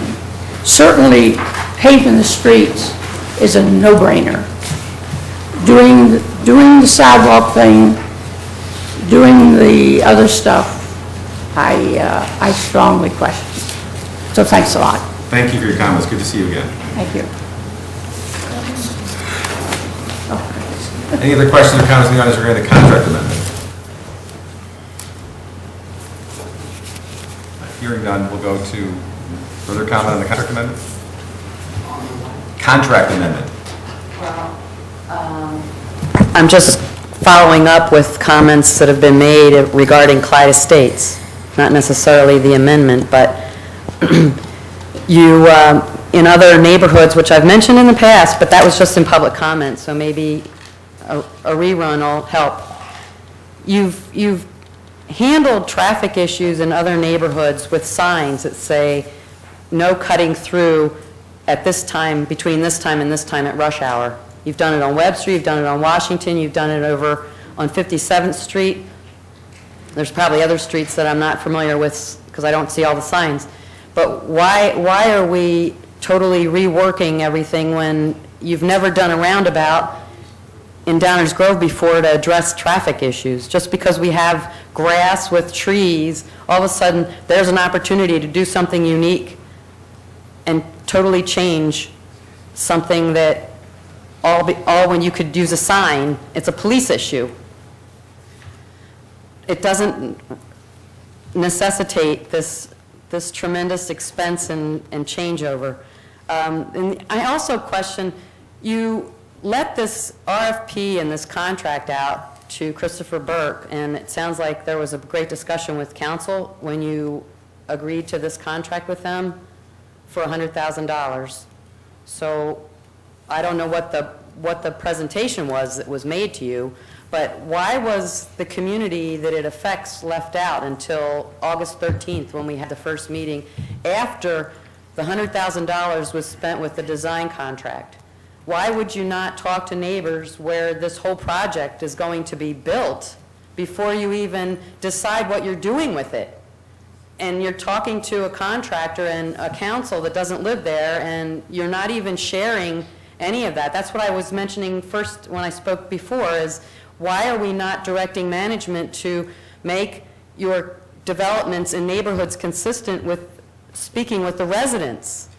The interaction with the residents should be first priority before any money is spent or any project is developed.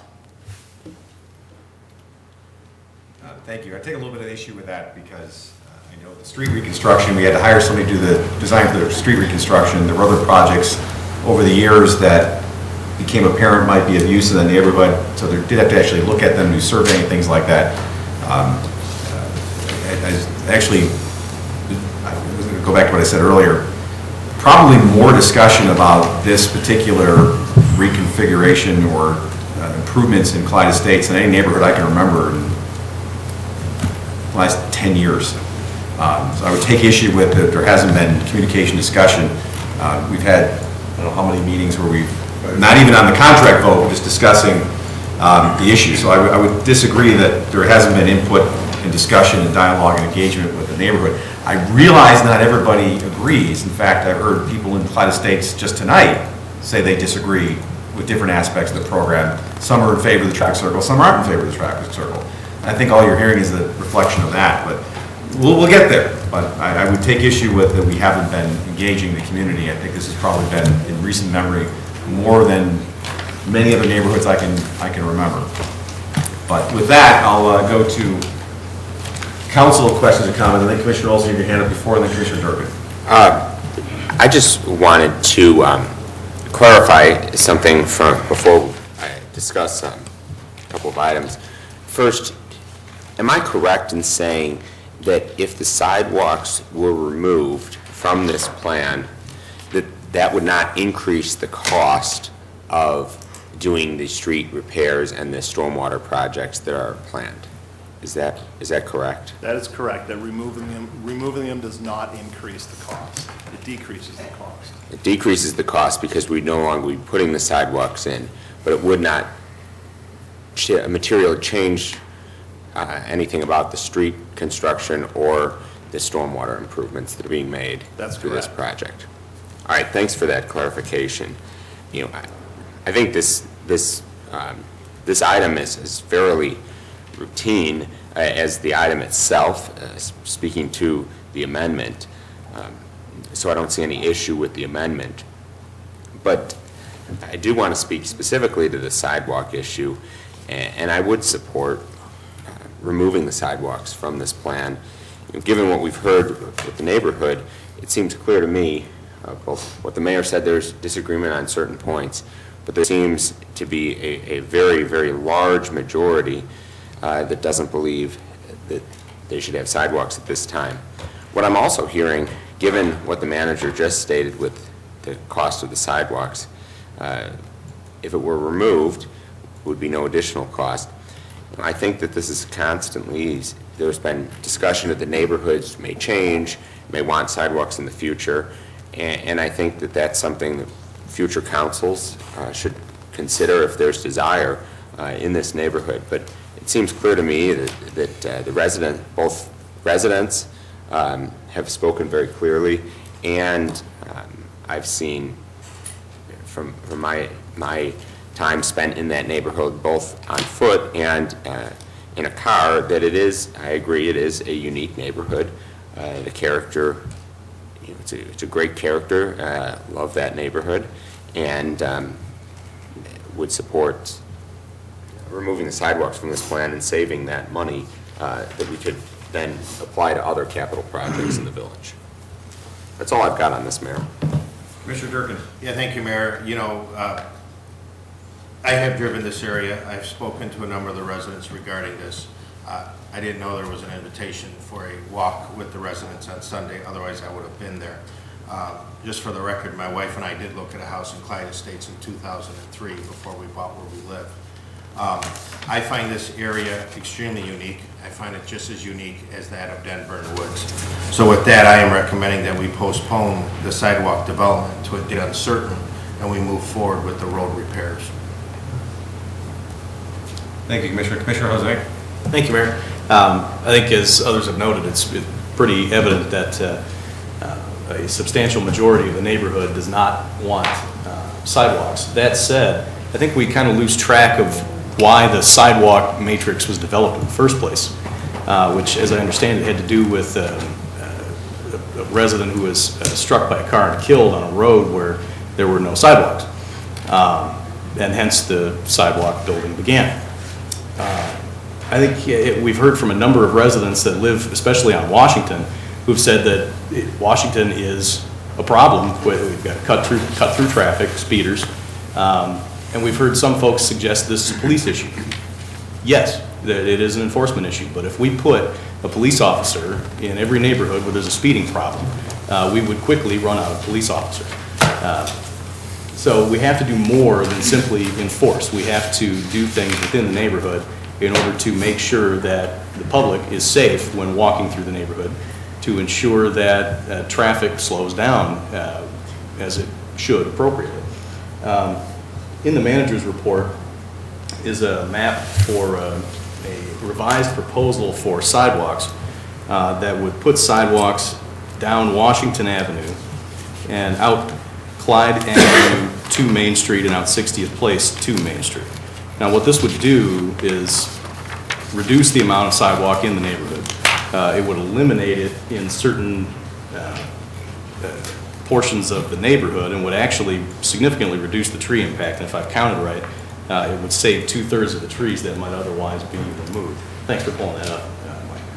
So, and as far as I'm concerned, we could even remove the sidewalks down either 60th Place or Clyde Avenue. My concern is public safety when walking down Washington, out of the neighborhood to the south and out of the neighborhood to the west. I think there's a way that we can find that balance that we spoke of so much earlier, that respects both public safety and a substantial portion of the neighborhood and the desire not to have sidewalks. In addition, there's been some discussion of the traffic circle. I would support putting the traffic circle back in for the traffic calming elements that I've talked about. We can't simply call it a police issue. It is, and I hope that we step up enforcement in the area. But we have to take other steps too, because we can't always have a police officer in every neighborhood. So, thanks, Mayor. Thanks, Commissioner. So is your suggestion that there be a partial removal of sidewalks from the... Correct. And what you would have in mind is what's highlighted in, I guess it's fuchsia on my screen, but... Yeah, it looks I'm not quite green sure over what that here, is. and Avocado yellow up on here, that screen. And it's yellow behind it. But yeah, the idea being the throughways where you're going from major street to major street to get you out. Okay.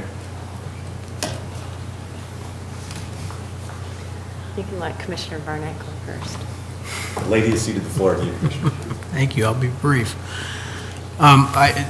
Relative to the change order, I have a big concern, which I think I've expressed to most folks here, about the impact on the neighborhood of not only the sidewalks but the ditching. And what I would hate to have us do is, decide that we were collectively going to pull the plug on sidewalks, go forward with the project, and still leave kind of a mess in terms of aesthetics and grades throughout the neighborhood. That makes me nervous.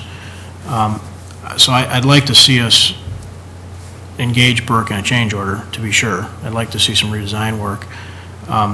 And what I'd like to be saying is we want to minimize the tree impact, we want to minimize the ditching impact, minimize depths of ditching as much as possible, see what that looks like. To Greg's point, if we just had a Washington-Clyde sidewalk, but even that needs to be, in my mind, more traditional in terms of layout. It's either got to get up on the street or near the street and consistent parkway kind of a thing, or not be there, because I think putting big ditches or sidewalks that cut through big swaths of grass through Clyde Estates is going to just leave it a mess. And I really am not comfortable with that. Further, though, I'd also like to see, and I'm not sure this is really what is contemplated, I'd like to see whatever results from the change order, whatever that design work results in, I'd like to see back before we go to bid, before we say we're doing this. I may be in the minority, and I probably shouldn't be micromanaging the engineering behind this, but I'm just nervous about it because my understanding of the work proposed thus far is not something that I think is an acceptable change to the aesthetics of Clyde Estates. That's not to say that I think there should be no sidewalks and no stormwater work. That's not to say that at all. It's that the process needs to continue to unfold, and Burke needs to do some more work, and we need to see it. So that's where my 2 cents is on it. Thanks, Commissioner. Commissioner Rankin? Thank you, Mayor. Later on, we're going to be hearing some information from the manager about Governor Rauner's proposal to reduce LGDF funding that the village receives by $2.4 million. And this is only a proposal at this point, but also potentially frees the ability for us to raise property taxes. So I agree with some of my colleagues that maybe we should consider holding off for now on the sidewalk portion of the project, but move forward with the stormwater and street portion. I applaud your idea. My only concern is that we're going to get into the same situation that we've done in this neighborhood where we've tried to accommodate neighbors and then we end up upsetting someone else by only doing a portion of the sidewalk. So I don't know if that's the best solution. I would propose that we put it off, as Commissioner Durkin said, and not say that it's completely off the table, but we put it off for now until we have a better idea of what the governor's proposal is going to be. And maybe when we're considering the sidewalks, we just reevaluate if sidewalks are appropriate in Clyde Estates at that time. Thank you, Commissioner. Thank you. Commissioner Husted? Thank you, Mayor. There's been a lot of, well, first off, let me start with the change order. I think that we do need a little bit more work. There has been questions brought up by this council, so it's worth the time and energy for the re-engineering to make sure that we have the issues addressed that have come up. You know, I think about Queens Court and the total reconstruction in that neighborhood and how that's different from this because it was a little bit more of a traditional street segment, sidewalks already in place, curb and gutter, but I still use that as an example because that was a huge project, probably more in size and geography than this project is, but it did a lot of the same things. It took care of water mains, took care of stormwater, took care of the total road reconstruction. The difference here is the sidewalk question for sure.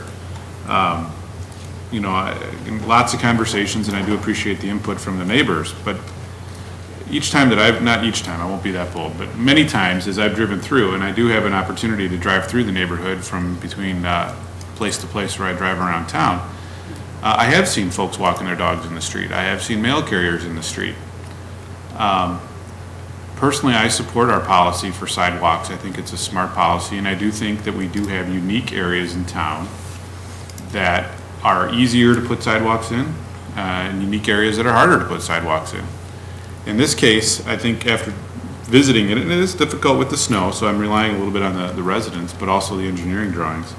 I think I would prefer more of maybe a compromise position, similar to what Commissioner Jose has said about the Washington and Clyde street connections, the ones that were outlined on the screen.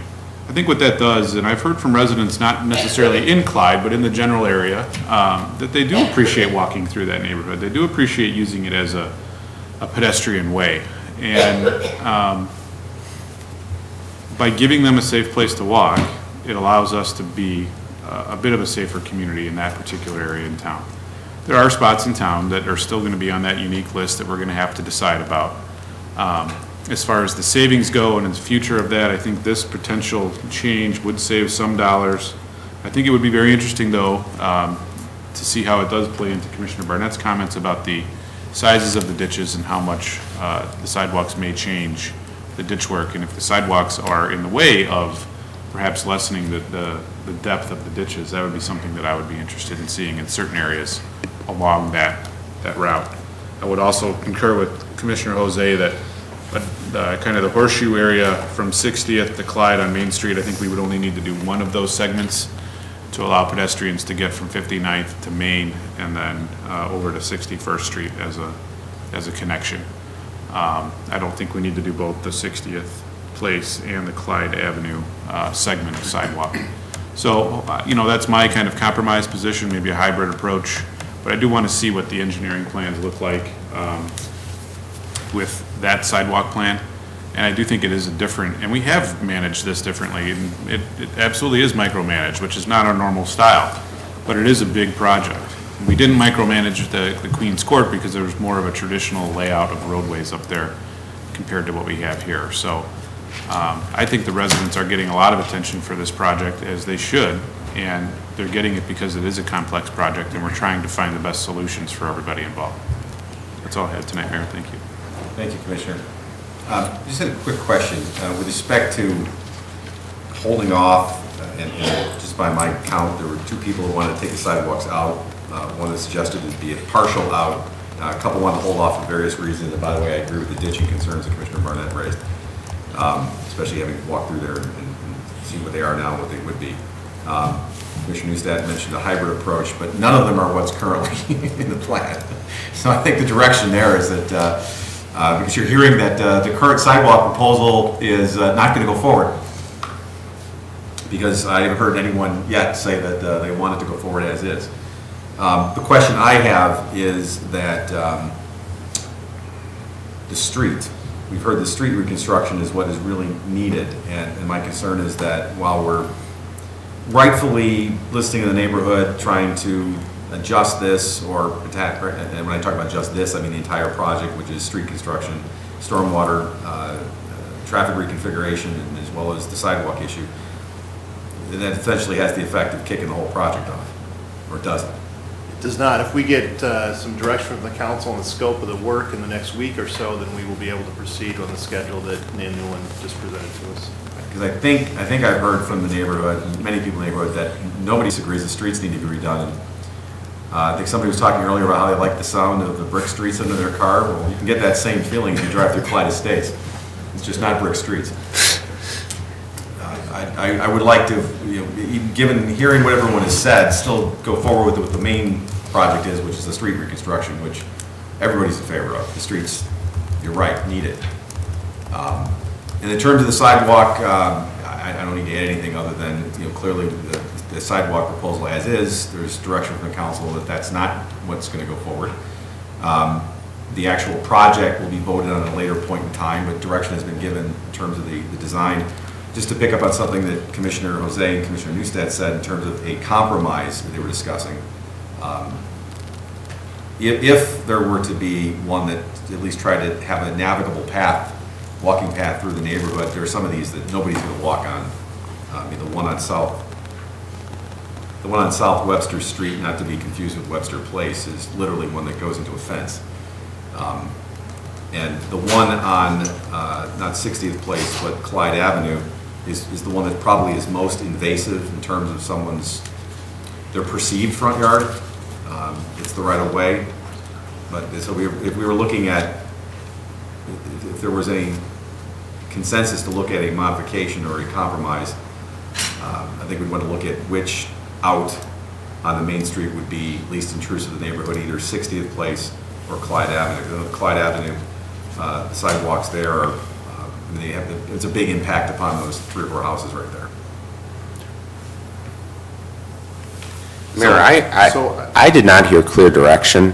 I was just going to ask if there was clear direction. Because what I heard is that Commissioner Jose and Commissioner Newstead were more in favor of this compromise proposal, the one with the pink.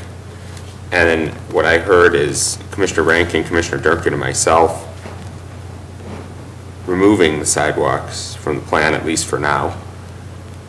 I heard, like I said, I heard Chief say take it out. Commissioner Jose said a partial out. He put up his proposal. Commissioner Newstead said hybrid. And Commissioner Rankin and Commissioner Barnett for... No. You're missing David.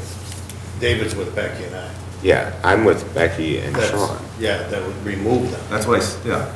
So That's 3. We have 3 removes. There's 3 outs. Then 2 clarification. compromise. Well, you were clearly out. You were clearly out. There's no question about that. Becky, I thought you wanted to look at other issues. You were wanting to hold off on them. They're out. So there's 3 outs. Well, what I said was that at this point, since we don't know what's happening, that we should just pause on the sidewalk. Okay, that's what I thought you said. Whereas David and Sean were very clear. It wasn't pause. It was out. And So a date uncertain.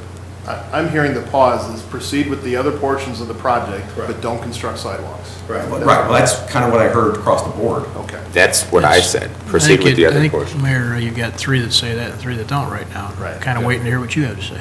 That's right. Right. Well, that's what I was trying to figure out. That's why I went. What's in 3? I was trying to make sure I heard what everybody was in here. Well, all right. Well, then, here's where I'm at. I'd like to take them out altogether. I misunderstood. I thought there was more people who were interested in not doing them now, It's okay. but wanted to look at some other issues like ditching and whatnot. So with that direction, what we'd like to do is proceed with the change order to make some changes to the plan as described. In addition to that, the sidewalks will be removed from the entire plan. I want to add something to that then. If we're going to take the sidewalks out of this unique area, then I want to just put the seed out there for my colleagues to consider when we talk about the sidewalk plan in the future, that Denburn Woods, Johnson Woods, they're out also. Just take that off the Agreed. list altogether. That way we don't have to even Absolutely. have that next conversation. And then what we'll do on this project, once we get those designs drawn up, we'll bring them back to the council where we can talk about in some specifics the drainage and grading issues that many of you have brought up. So we'll take it in iterative steps. We'll do the change order, we'll direct the design change, leaving the sidewalks out, and then we'll bring the plans that result from that back to the council for an update. And that's going to be before, as Commissioner Barnett requested, that's going to be before we're voting on the bid, on putting out. Yes, waiting till the bid would be too late and impractical to make changes, so we'll bring it Correct. back before we put out bid documents. Okay, I just wanted to be clear on that. So the further design plans then we're going to see are with respect to the ditching and the other items. That's correct. Because I also share Commissioner Barnett's questions about the depth and breadth of the ditching, agree. although not from the same learned perspective that you do.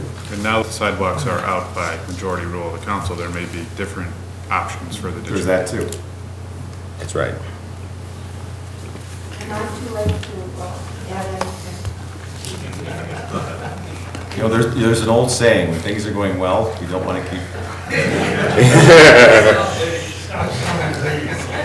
just feel so strong that I really would like to address this. Okay. You want sidewalks? Thank you. No. Four to three, no sidewalks. I've said this several times, but it hasn't been brought up again. I'm hugely impacted by these changes, and I hear you so cavalierly talking about removing 2 streets and putting them in front of my street, okay, combining all this traffic. And I don't see why. And you're going to turn 2 parkways into a mud pie. And why? I mean, you've got 2 gorgeous parkways that separate the traffic. And you're going to put in a 12-inch retention pond and remove these streets. That's ugly. 12 inches. All right, I can't say it enough. It's wrong. It's ugly. It's going to be mud if it works at all. Otherwise, it's going to be dust. And you've already, in your wisdom, given me a chicken coop. And now it's going to be a ditch and a mud pie and a chicken coop? Come on, it's a better neighborhood than that. And I think we all deserve something nice. If you're going to spend $2 million, don't waste it. So Okay, this is I'd note that we are going to have an opportunity to look at plans again before this is, so I would suggest that, we allow the staff and our engineers the opportunity and the time to go forward with these amendments before, so we can actually see, and we can comment from an informed perspective. I'll have about a what they are. picnic in my front yard so you can really get the effect. Okay? Thank you for Thank you, Ms. considering Bennett. it. I'm Connie Butler. I'd just like to say that in the hours, gosh, it must have been about 3 or 4 hours that Tom Topher, is that his name? And Andy spent with B. Bennett and myself. And I did not know that there were going to be stop signs, that they had proposed about 4 stop signs in the, which is stopping traffic. So when they talk about redirecting, and now you've got 4 stop signs. Now, I'm old school, and I'm more for stop signs and reconfiguring and doing all this other stuff. But it was just very interesting. If you have a stop sign, and I just know going to down Washington, 59th to 55th, when they put that stop sign there, people stop going in that direction, speeding to the train. Now you go down Lyman, which we go down Lyman too, try not to speed, because there's no stop sign. When you put stop sign strategically within Clyde, I think it's a wonderful, low-cost way to deal with some of the traffic, and that could be both at the southern part as well as the northern part coming in, where you're coming in Washington, basically, you're coming in from 61st, and you're coming in from Maine. But anyway, I was really glad to hear that stop signs were a part of it. It's interesting where they're putting the stop signs, but I just wondered if y'all are aware of that part of the plan. Thank you. And we really do have to move on, because this was all about the contract amendment, and we went much further. So thank you. I appreciate everyone sticking around and sharing their comments with us, notwithstanding the lateness of the hour. That then brings us to item 8B as in boy, back on our first reading, our workshop agenda. Which is an award of contract for a stream bank stabilization project on Lacey Creek. And Andy Sikich, our Assistant Director of Public Works, will provide some additional background on this contract. Good evening. I promise I will try to be brief. If you recall, Lacey Creek, this project started about 5 years ago. We did phase 1 of stream bank stabilization through the neighborhood up in Orchard Brook. It started at Barnwood and headed out towards Downers Drive. Phase 2 and 3 are what's before you tonight. Phase 2 would be performed in 2015, and it's represented on the slide you see in red at Vennard and Saratoga, I believe. Phase in the yellow is phase 3, which would be done in 2016, which is next year. They're both part of this contract. What you see here is pictures of the existing walls. This is why we're doing the project. These are wood timber retaining walls that line the creek through this neighborhood. They're in very, very bad repair and need to be replaced. This is a major creek through the village, and it needs to be maintained in workable condition. So that's the reason behind this project. And here is a picture of phase 1 right after it was completed, a portion of it. So that's what the new walls will likely look like. We've met several times with the homeowners association. Much of phase 2 and 3 is on homeowners association property, so they are very much on board with the project. The contract is with V3 Construction Group. It's a design build contract in the amount of $1,410,250. So with that, any questions? Thank you. Questions from the public? Questions from the council? Next item, please. All right. Sorry. Next item is a motion for a contract for the Orchard Brook East roadway reconstruction to A-Lamp Concrete Contractors in the amount of $1,784,457.70. This is actually the same neighborhood we just talked about with Lacey Creek. The roads that will be reconstructed are Barneswood Drive, Barberry Court, Quince Court, and Creekwood Court. It's very similar to the projects we've done over the past several years. In fact, A-Lamp has done 4 of those projects for us and has done a very good job. So they're very familiar with what we want. This is basically what it looks like. This is one of the other roadway reconstruction projects that we've done recently. There is curb and gutter, there is storm sewer, so it will just be a replacement of what's there. There's no ditching and that kind of thing. There will be some additional storm sewers added right where the creek crosses Barneswood, because it's very, very poor drainage, very poor soils, which is part of the reason that the roads don't hold up. So we'll be adding some drainage in that area. And then I think, next slide. This is just a little refresher of the projects that we've done with the bond issuance for road reconstruction. You can see this one is fairly far down the list. Orchard Brook East is towards the bottom there. Almost all of these projects have come in significantly below the budgets we originally set on them, which has given us the ability to do a couple of extra projects, actually.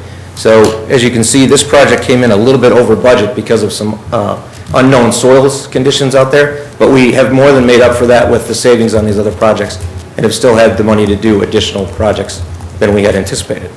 So with that, construction is going to be starting in March, April, and we hope to end by July, by the heat of the summer. So it should be quicker than some of our other ones. It's not quite as big. That's all I have for that. Thank you. Questions from the audience? Questions from the council? I think Margie's got something. Oh, sorry.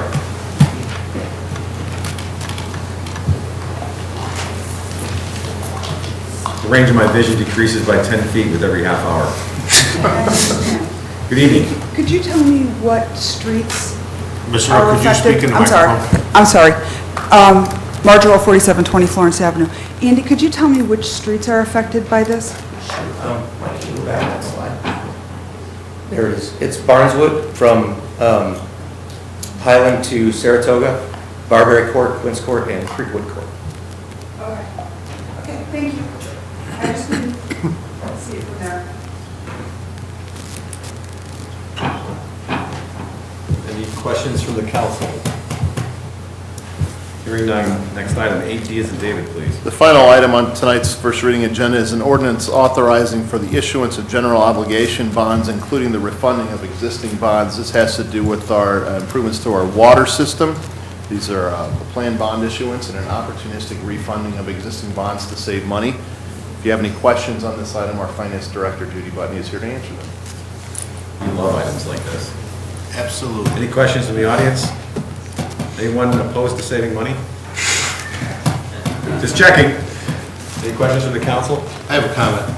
You know, I really want to highlight the fact that this was through our financial advisor, Northern Trust, that these continue to come before us, and the significance of our bond rating that we're so proud to have. This is a direct result of that. I know I continuously say that, we say it collectively as a council, but this is a huge savings, and we're talking about $400,000. In light of the budget, the speech by the governor regarding his budget address, you know, these items are going to be the items that are going to help us to continue down the road that we have successfully gone down in the past. So I'm glad to see this, and I know I don't have to say it, but I will. I hope we continue to look for these, and we continue to push Northern Trust and Alan and his team to continue to do this for us, because this is a huge win with no cost to the resident. Will do. Thank you. All right, thank you. It's a good point, Commissioner. It's basically free money, and also picks up on the point that now is a good time to do things when money is cheap.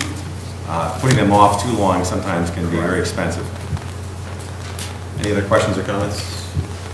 That is our first reading tonight. Thank you. That brings us to the end of our first reading, our workshop agenda. That brings us to item 9, the mayor's report. I will be very merciful and not have a report tonight. So we'll move straight to the mayor's report. Our Deputy Village Manager, Mike Baker, will present information about the governor's proposed state budget and how the village of Downers Grove is responding to that proposal. Second. And while you're pulling that up, just to the extent that no one's heard it, when Governor Rauner gave his budget speech, which is not the actual budget, but a speech with respect to a variety of different topics. One was a proposed reduction of the village's share of the local government distributive fund, which is our municipal share of the state income tax, to reduce that by 50% for the next year, but also there was a suggestion that it could be swept for the balance of this year. So that were the figures that Commissioner Jose was talking about earlier, of $1.2 million this year out of the general fund, potentially as much as $2.4 million out of the general fund for next year. On top of that, there was also a suggestion that it would be coupled, and again, there were a lot of other things in the speech, coupled with a property tax freeze. So one would be in the situation of losing revenue, but then having one of the mechanisms by which to replace that revenue taken away.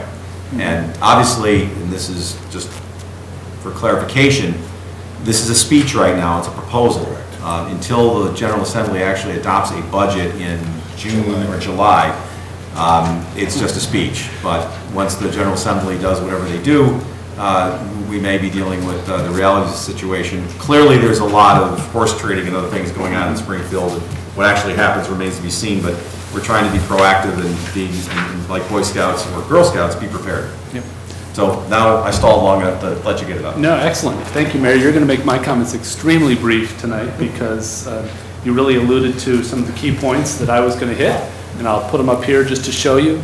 In the column on the left, you can see these are the proposals that were offered in the governor's budget address that was delivered on February 18th, and a very preliminary description on the right of the impact that they would have.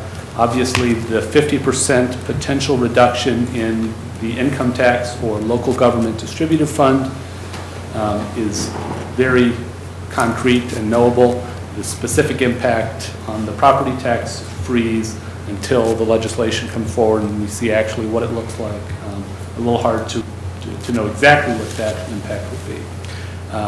But we, once the speech was delivered, staff went through the process of trying to understand with where we are in a very preliminary stage of the process, how it could potentially impact us and what our response should be.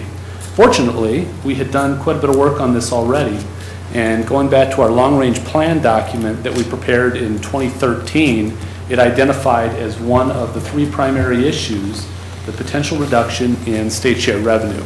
And so we really flipped back into that document and looked at some of the strategies and approaches that we identified back then, which are still very much viable and intact. And they really refer to, again, understanding the impact of a potential reduction, and if it would result in a structural deficit for the village, figuring out how we can effectively engage with the governing body, with the council and the community to prioritize services and address that structural deficit. I think it's also important to put this in the context of a timeline that looks at our local election and processes with the state budget process. And again, the next several months will give us greater clarity as the governor works with the General Assembly, who ultimately has to appropriate funding, to determine what the state budget actually looks like. As you can see in the timeline here, that goes into effect on July 1st, the beginning of their fiscal year. We'll have a new council sworn in by then, and typically during the summer months, we are engaging in our long-range planning process to set future direction for multiple years. And so we'll be able to determine to what extent the long-range planning process will have to incorporate some of the elements of the state budget if that impact is more severe. But then that long-range planning process takes us right into the budgeting process as we narrowly focus on what the budget and the resources are and how we intend to use those resources for the following fiscal year of 2016. In the meantime, though, because as you said, there might potentially be an impact that hits us in 2015, we are taking all necessary precautions to understand what we can do now and trying to achieve a goal of maintaining our fiscal year 2015 general fund budgeted year-end reserve, recognizing that it might mean less revenue than we anticipated when that budget was put together. So specifically what this means is we're looking at a number of expense reductions that are both personnel and non-personnel related, with the intent of minimizing the impact on service levels, minimizing any disruption to the organization, and aligning those decisions with the likely timetable for the potential revenue loss.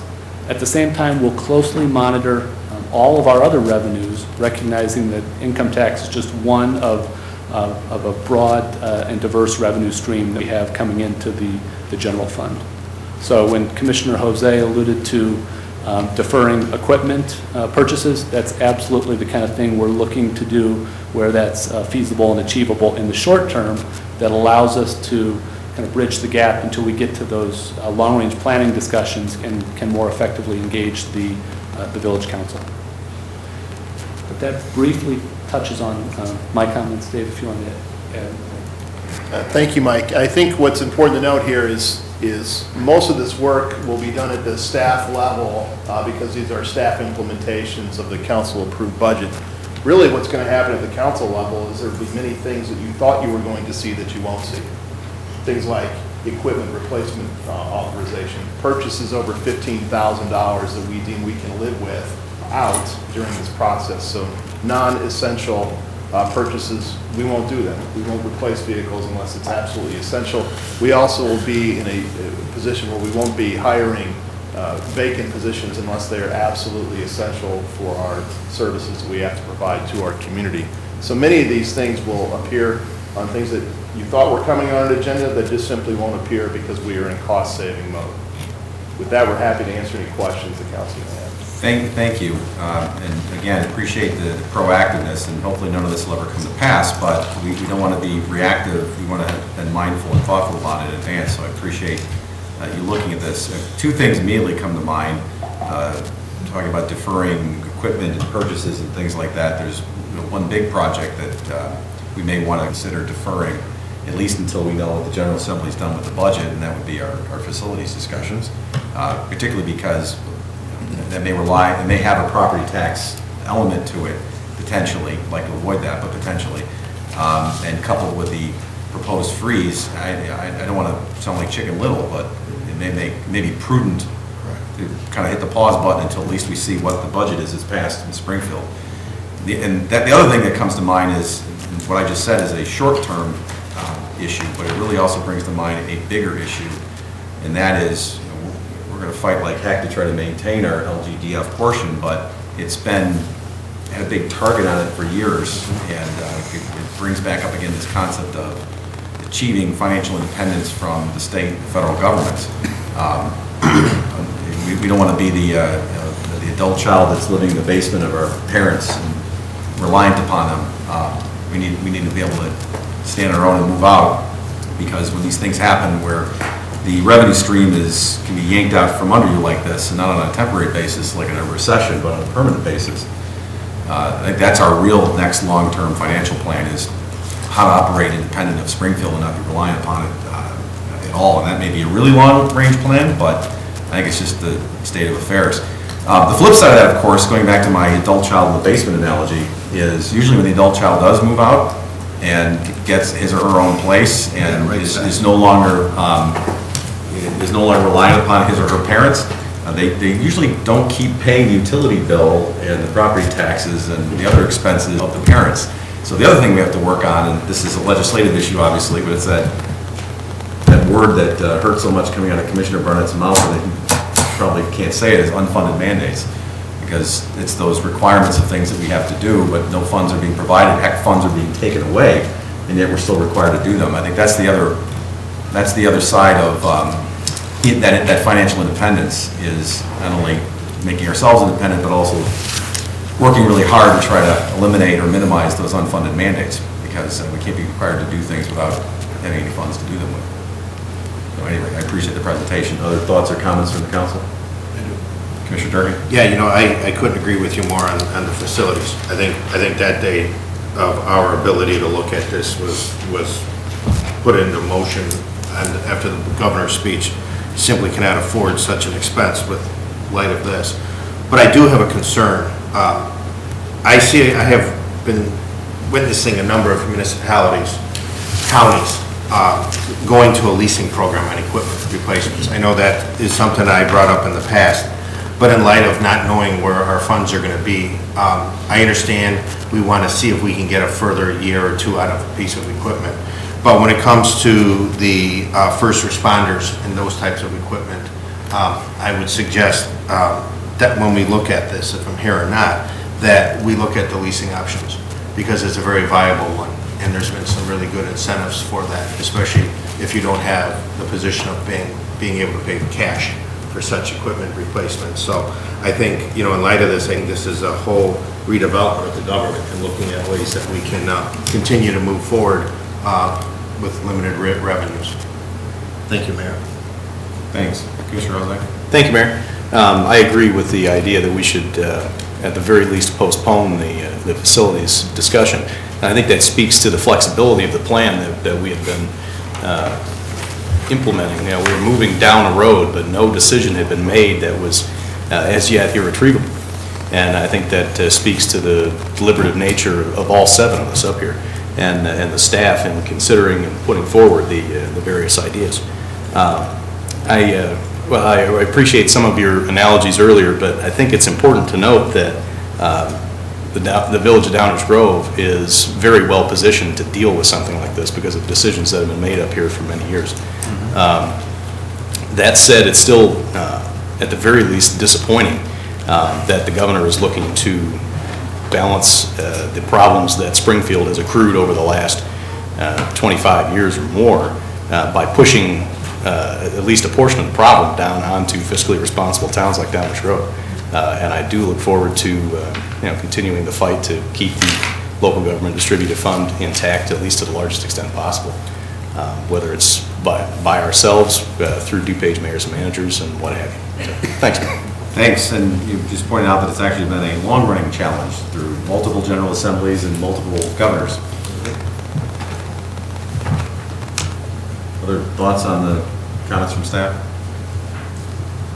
Mayor, we'll take that as direction to pause on the planned activities in the facility, including the distribution of a newsletter with information. What I think I'm hearing is this is something that we should take up again as part of long-range planning when there's more certainty with the state budget.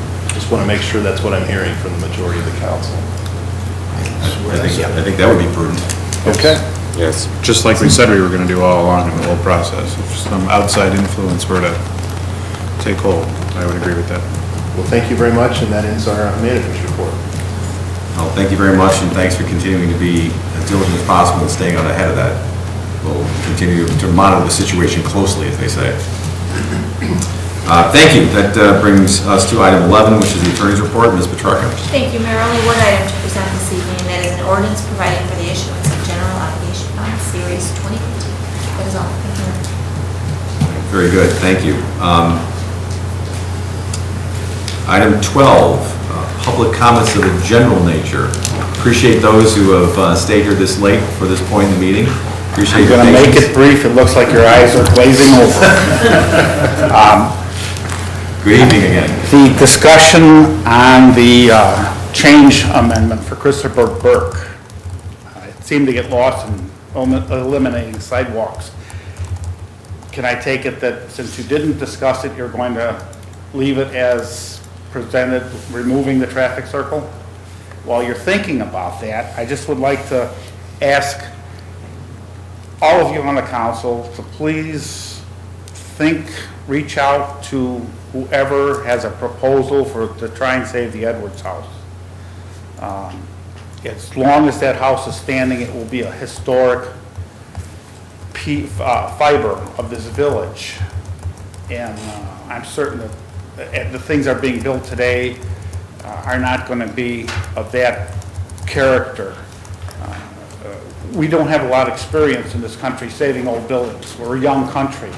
Europe, you have 600-year-old buildings that they're working on constantly to save. So whatever you can do, I think most of us in the community would appreciate it. Thank you. Thank you. And the traffic circle. We're still thinking about it. Other questions or comments of a general nature? Items not on tonight's agenda.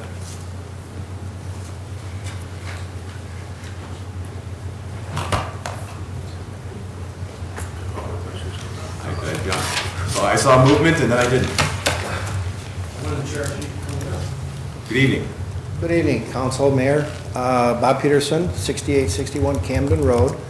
And I just want to throw a little support towards the no sidewalks over in Clyde Estates, because I looked at a moving job that people are moving from Clarendon Hills to Downers Grove, and they're buying a house in Clyde Estates because it's a country atmosphere. And they certainly hope it stays that way. And that's just helping them out a little bit because they weren't able to be here. But thank you. Thank you. Additional comments or questions of a general nature? Good evening. Carl Bowen, 829 Clyde Drive. I don't know if, no one responded to me in the few times I've mentioned we're worried about traffic, putting signs up at Main and at 59th and Washington to restrict traffic during certain hours, which is the rush hour. We've done it all over the village. Why can't we just do it there? It's just 2 signs. How hard is that? We don't have to reconstruct the entire neighborhood. We've never done a traffic study. There isn't any study that shows that it's necessary to do this immense project. We just got finished talking all about finances. You're worried about giving someone $140,000 to move a house that everybody wants to save, and yet you don't have any qualms about spending all this hundreds of thousands of dollars on a project that we don't want. We just want the road paved. I don't understand how you can justify one and not the other. Bob, would you like to do the number on signs, or do you want me to take it? On 2 signs? 2 signs? Who said that? People ignored them. I mean, we put the signs up. I know. No problem with that, but people ignore them. So you're going to close roads? Yeah. Why don't you just close off Washington at 61st Street, because that was a new development, and that wasn't even there when Clyde Estates was developed. The only through street we have is Washington. It just doesn't, are we ever going to see this design before you vote on it? Because you planned the design before you talked to us. I still don't have an answer to that. Yes. The contract will be voted on, and it will be part of the agenda. At the village council meeting, that's when Yes. how we're going to find out about it. Before we can vote on a contract. So that's how we'll find out about the design of Clyde Estates that you're voting on, is at a village council meeting. No, the one that's going to bid, I think you heard described tonight. with the additional design changes that were also described. We never got the plan. No, we didn't get a plan delivered to us, or we didn't ask to go to a meeting to see a design. I don't even know what you voted on except the sidewalk. You said no. I don't even, I We didn't. actually didn't even vote on that, we gave direction to remove that element from the plan. Right. The contract amendment, which is the only thing on the menu tonight, had to do with the additional costs of making some further design changes. Which were a result of residents seeing the design plan and asking for changes. So we'll continue that process that's been going on for 8 months-ish. Right, it's been going on without us. We had a No, meeting it's in been going August, and we on. had a meeting in November, and it represented 20 houses out of 65. On Both of that, those. we're just going to have to continue to disagree. I really would say that we've probably spent more time on, and I'm not saying the neighborhood Okay. doesn't deserve it, but this probably has got more touches and time, and we've even heard some of your neighbors describe hours spent in the field. on Right, okay, Drawings so- and designs and walking the neighborhood. It's probably more than I can remember in a We're long time. speaking of two different things, though. We're not having meetings together. We're having separate little two-people talks on the phone, on email, with Tom Topor at Right, but to answer staff. your question, the current plan is the plan that's out there minus the sidewalks. Okay, so we're still gonna shut a road down, we're still gonna close Washington and put a big hole there That's still there, yes. and take out, and not connect 60th with Washington any longer. That's So, still there. have we talked to fire safety? Have we talked to fire truck? Have we talked to emergency service and how we're gonna handle emergency, snow plows?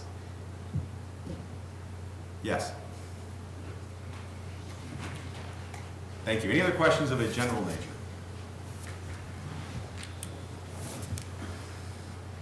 Scott Lazar, 808 Maple. I will be brief. Regarding the proposed move of 942 structure to 743, I actually, as the village council made some comments, but I'd like to make, as a private resident, like to thank the village staff for their work to date and the work yet to come.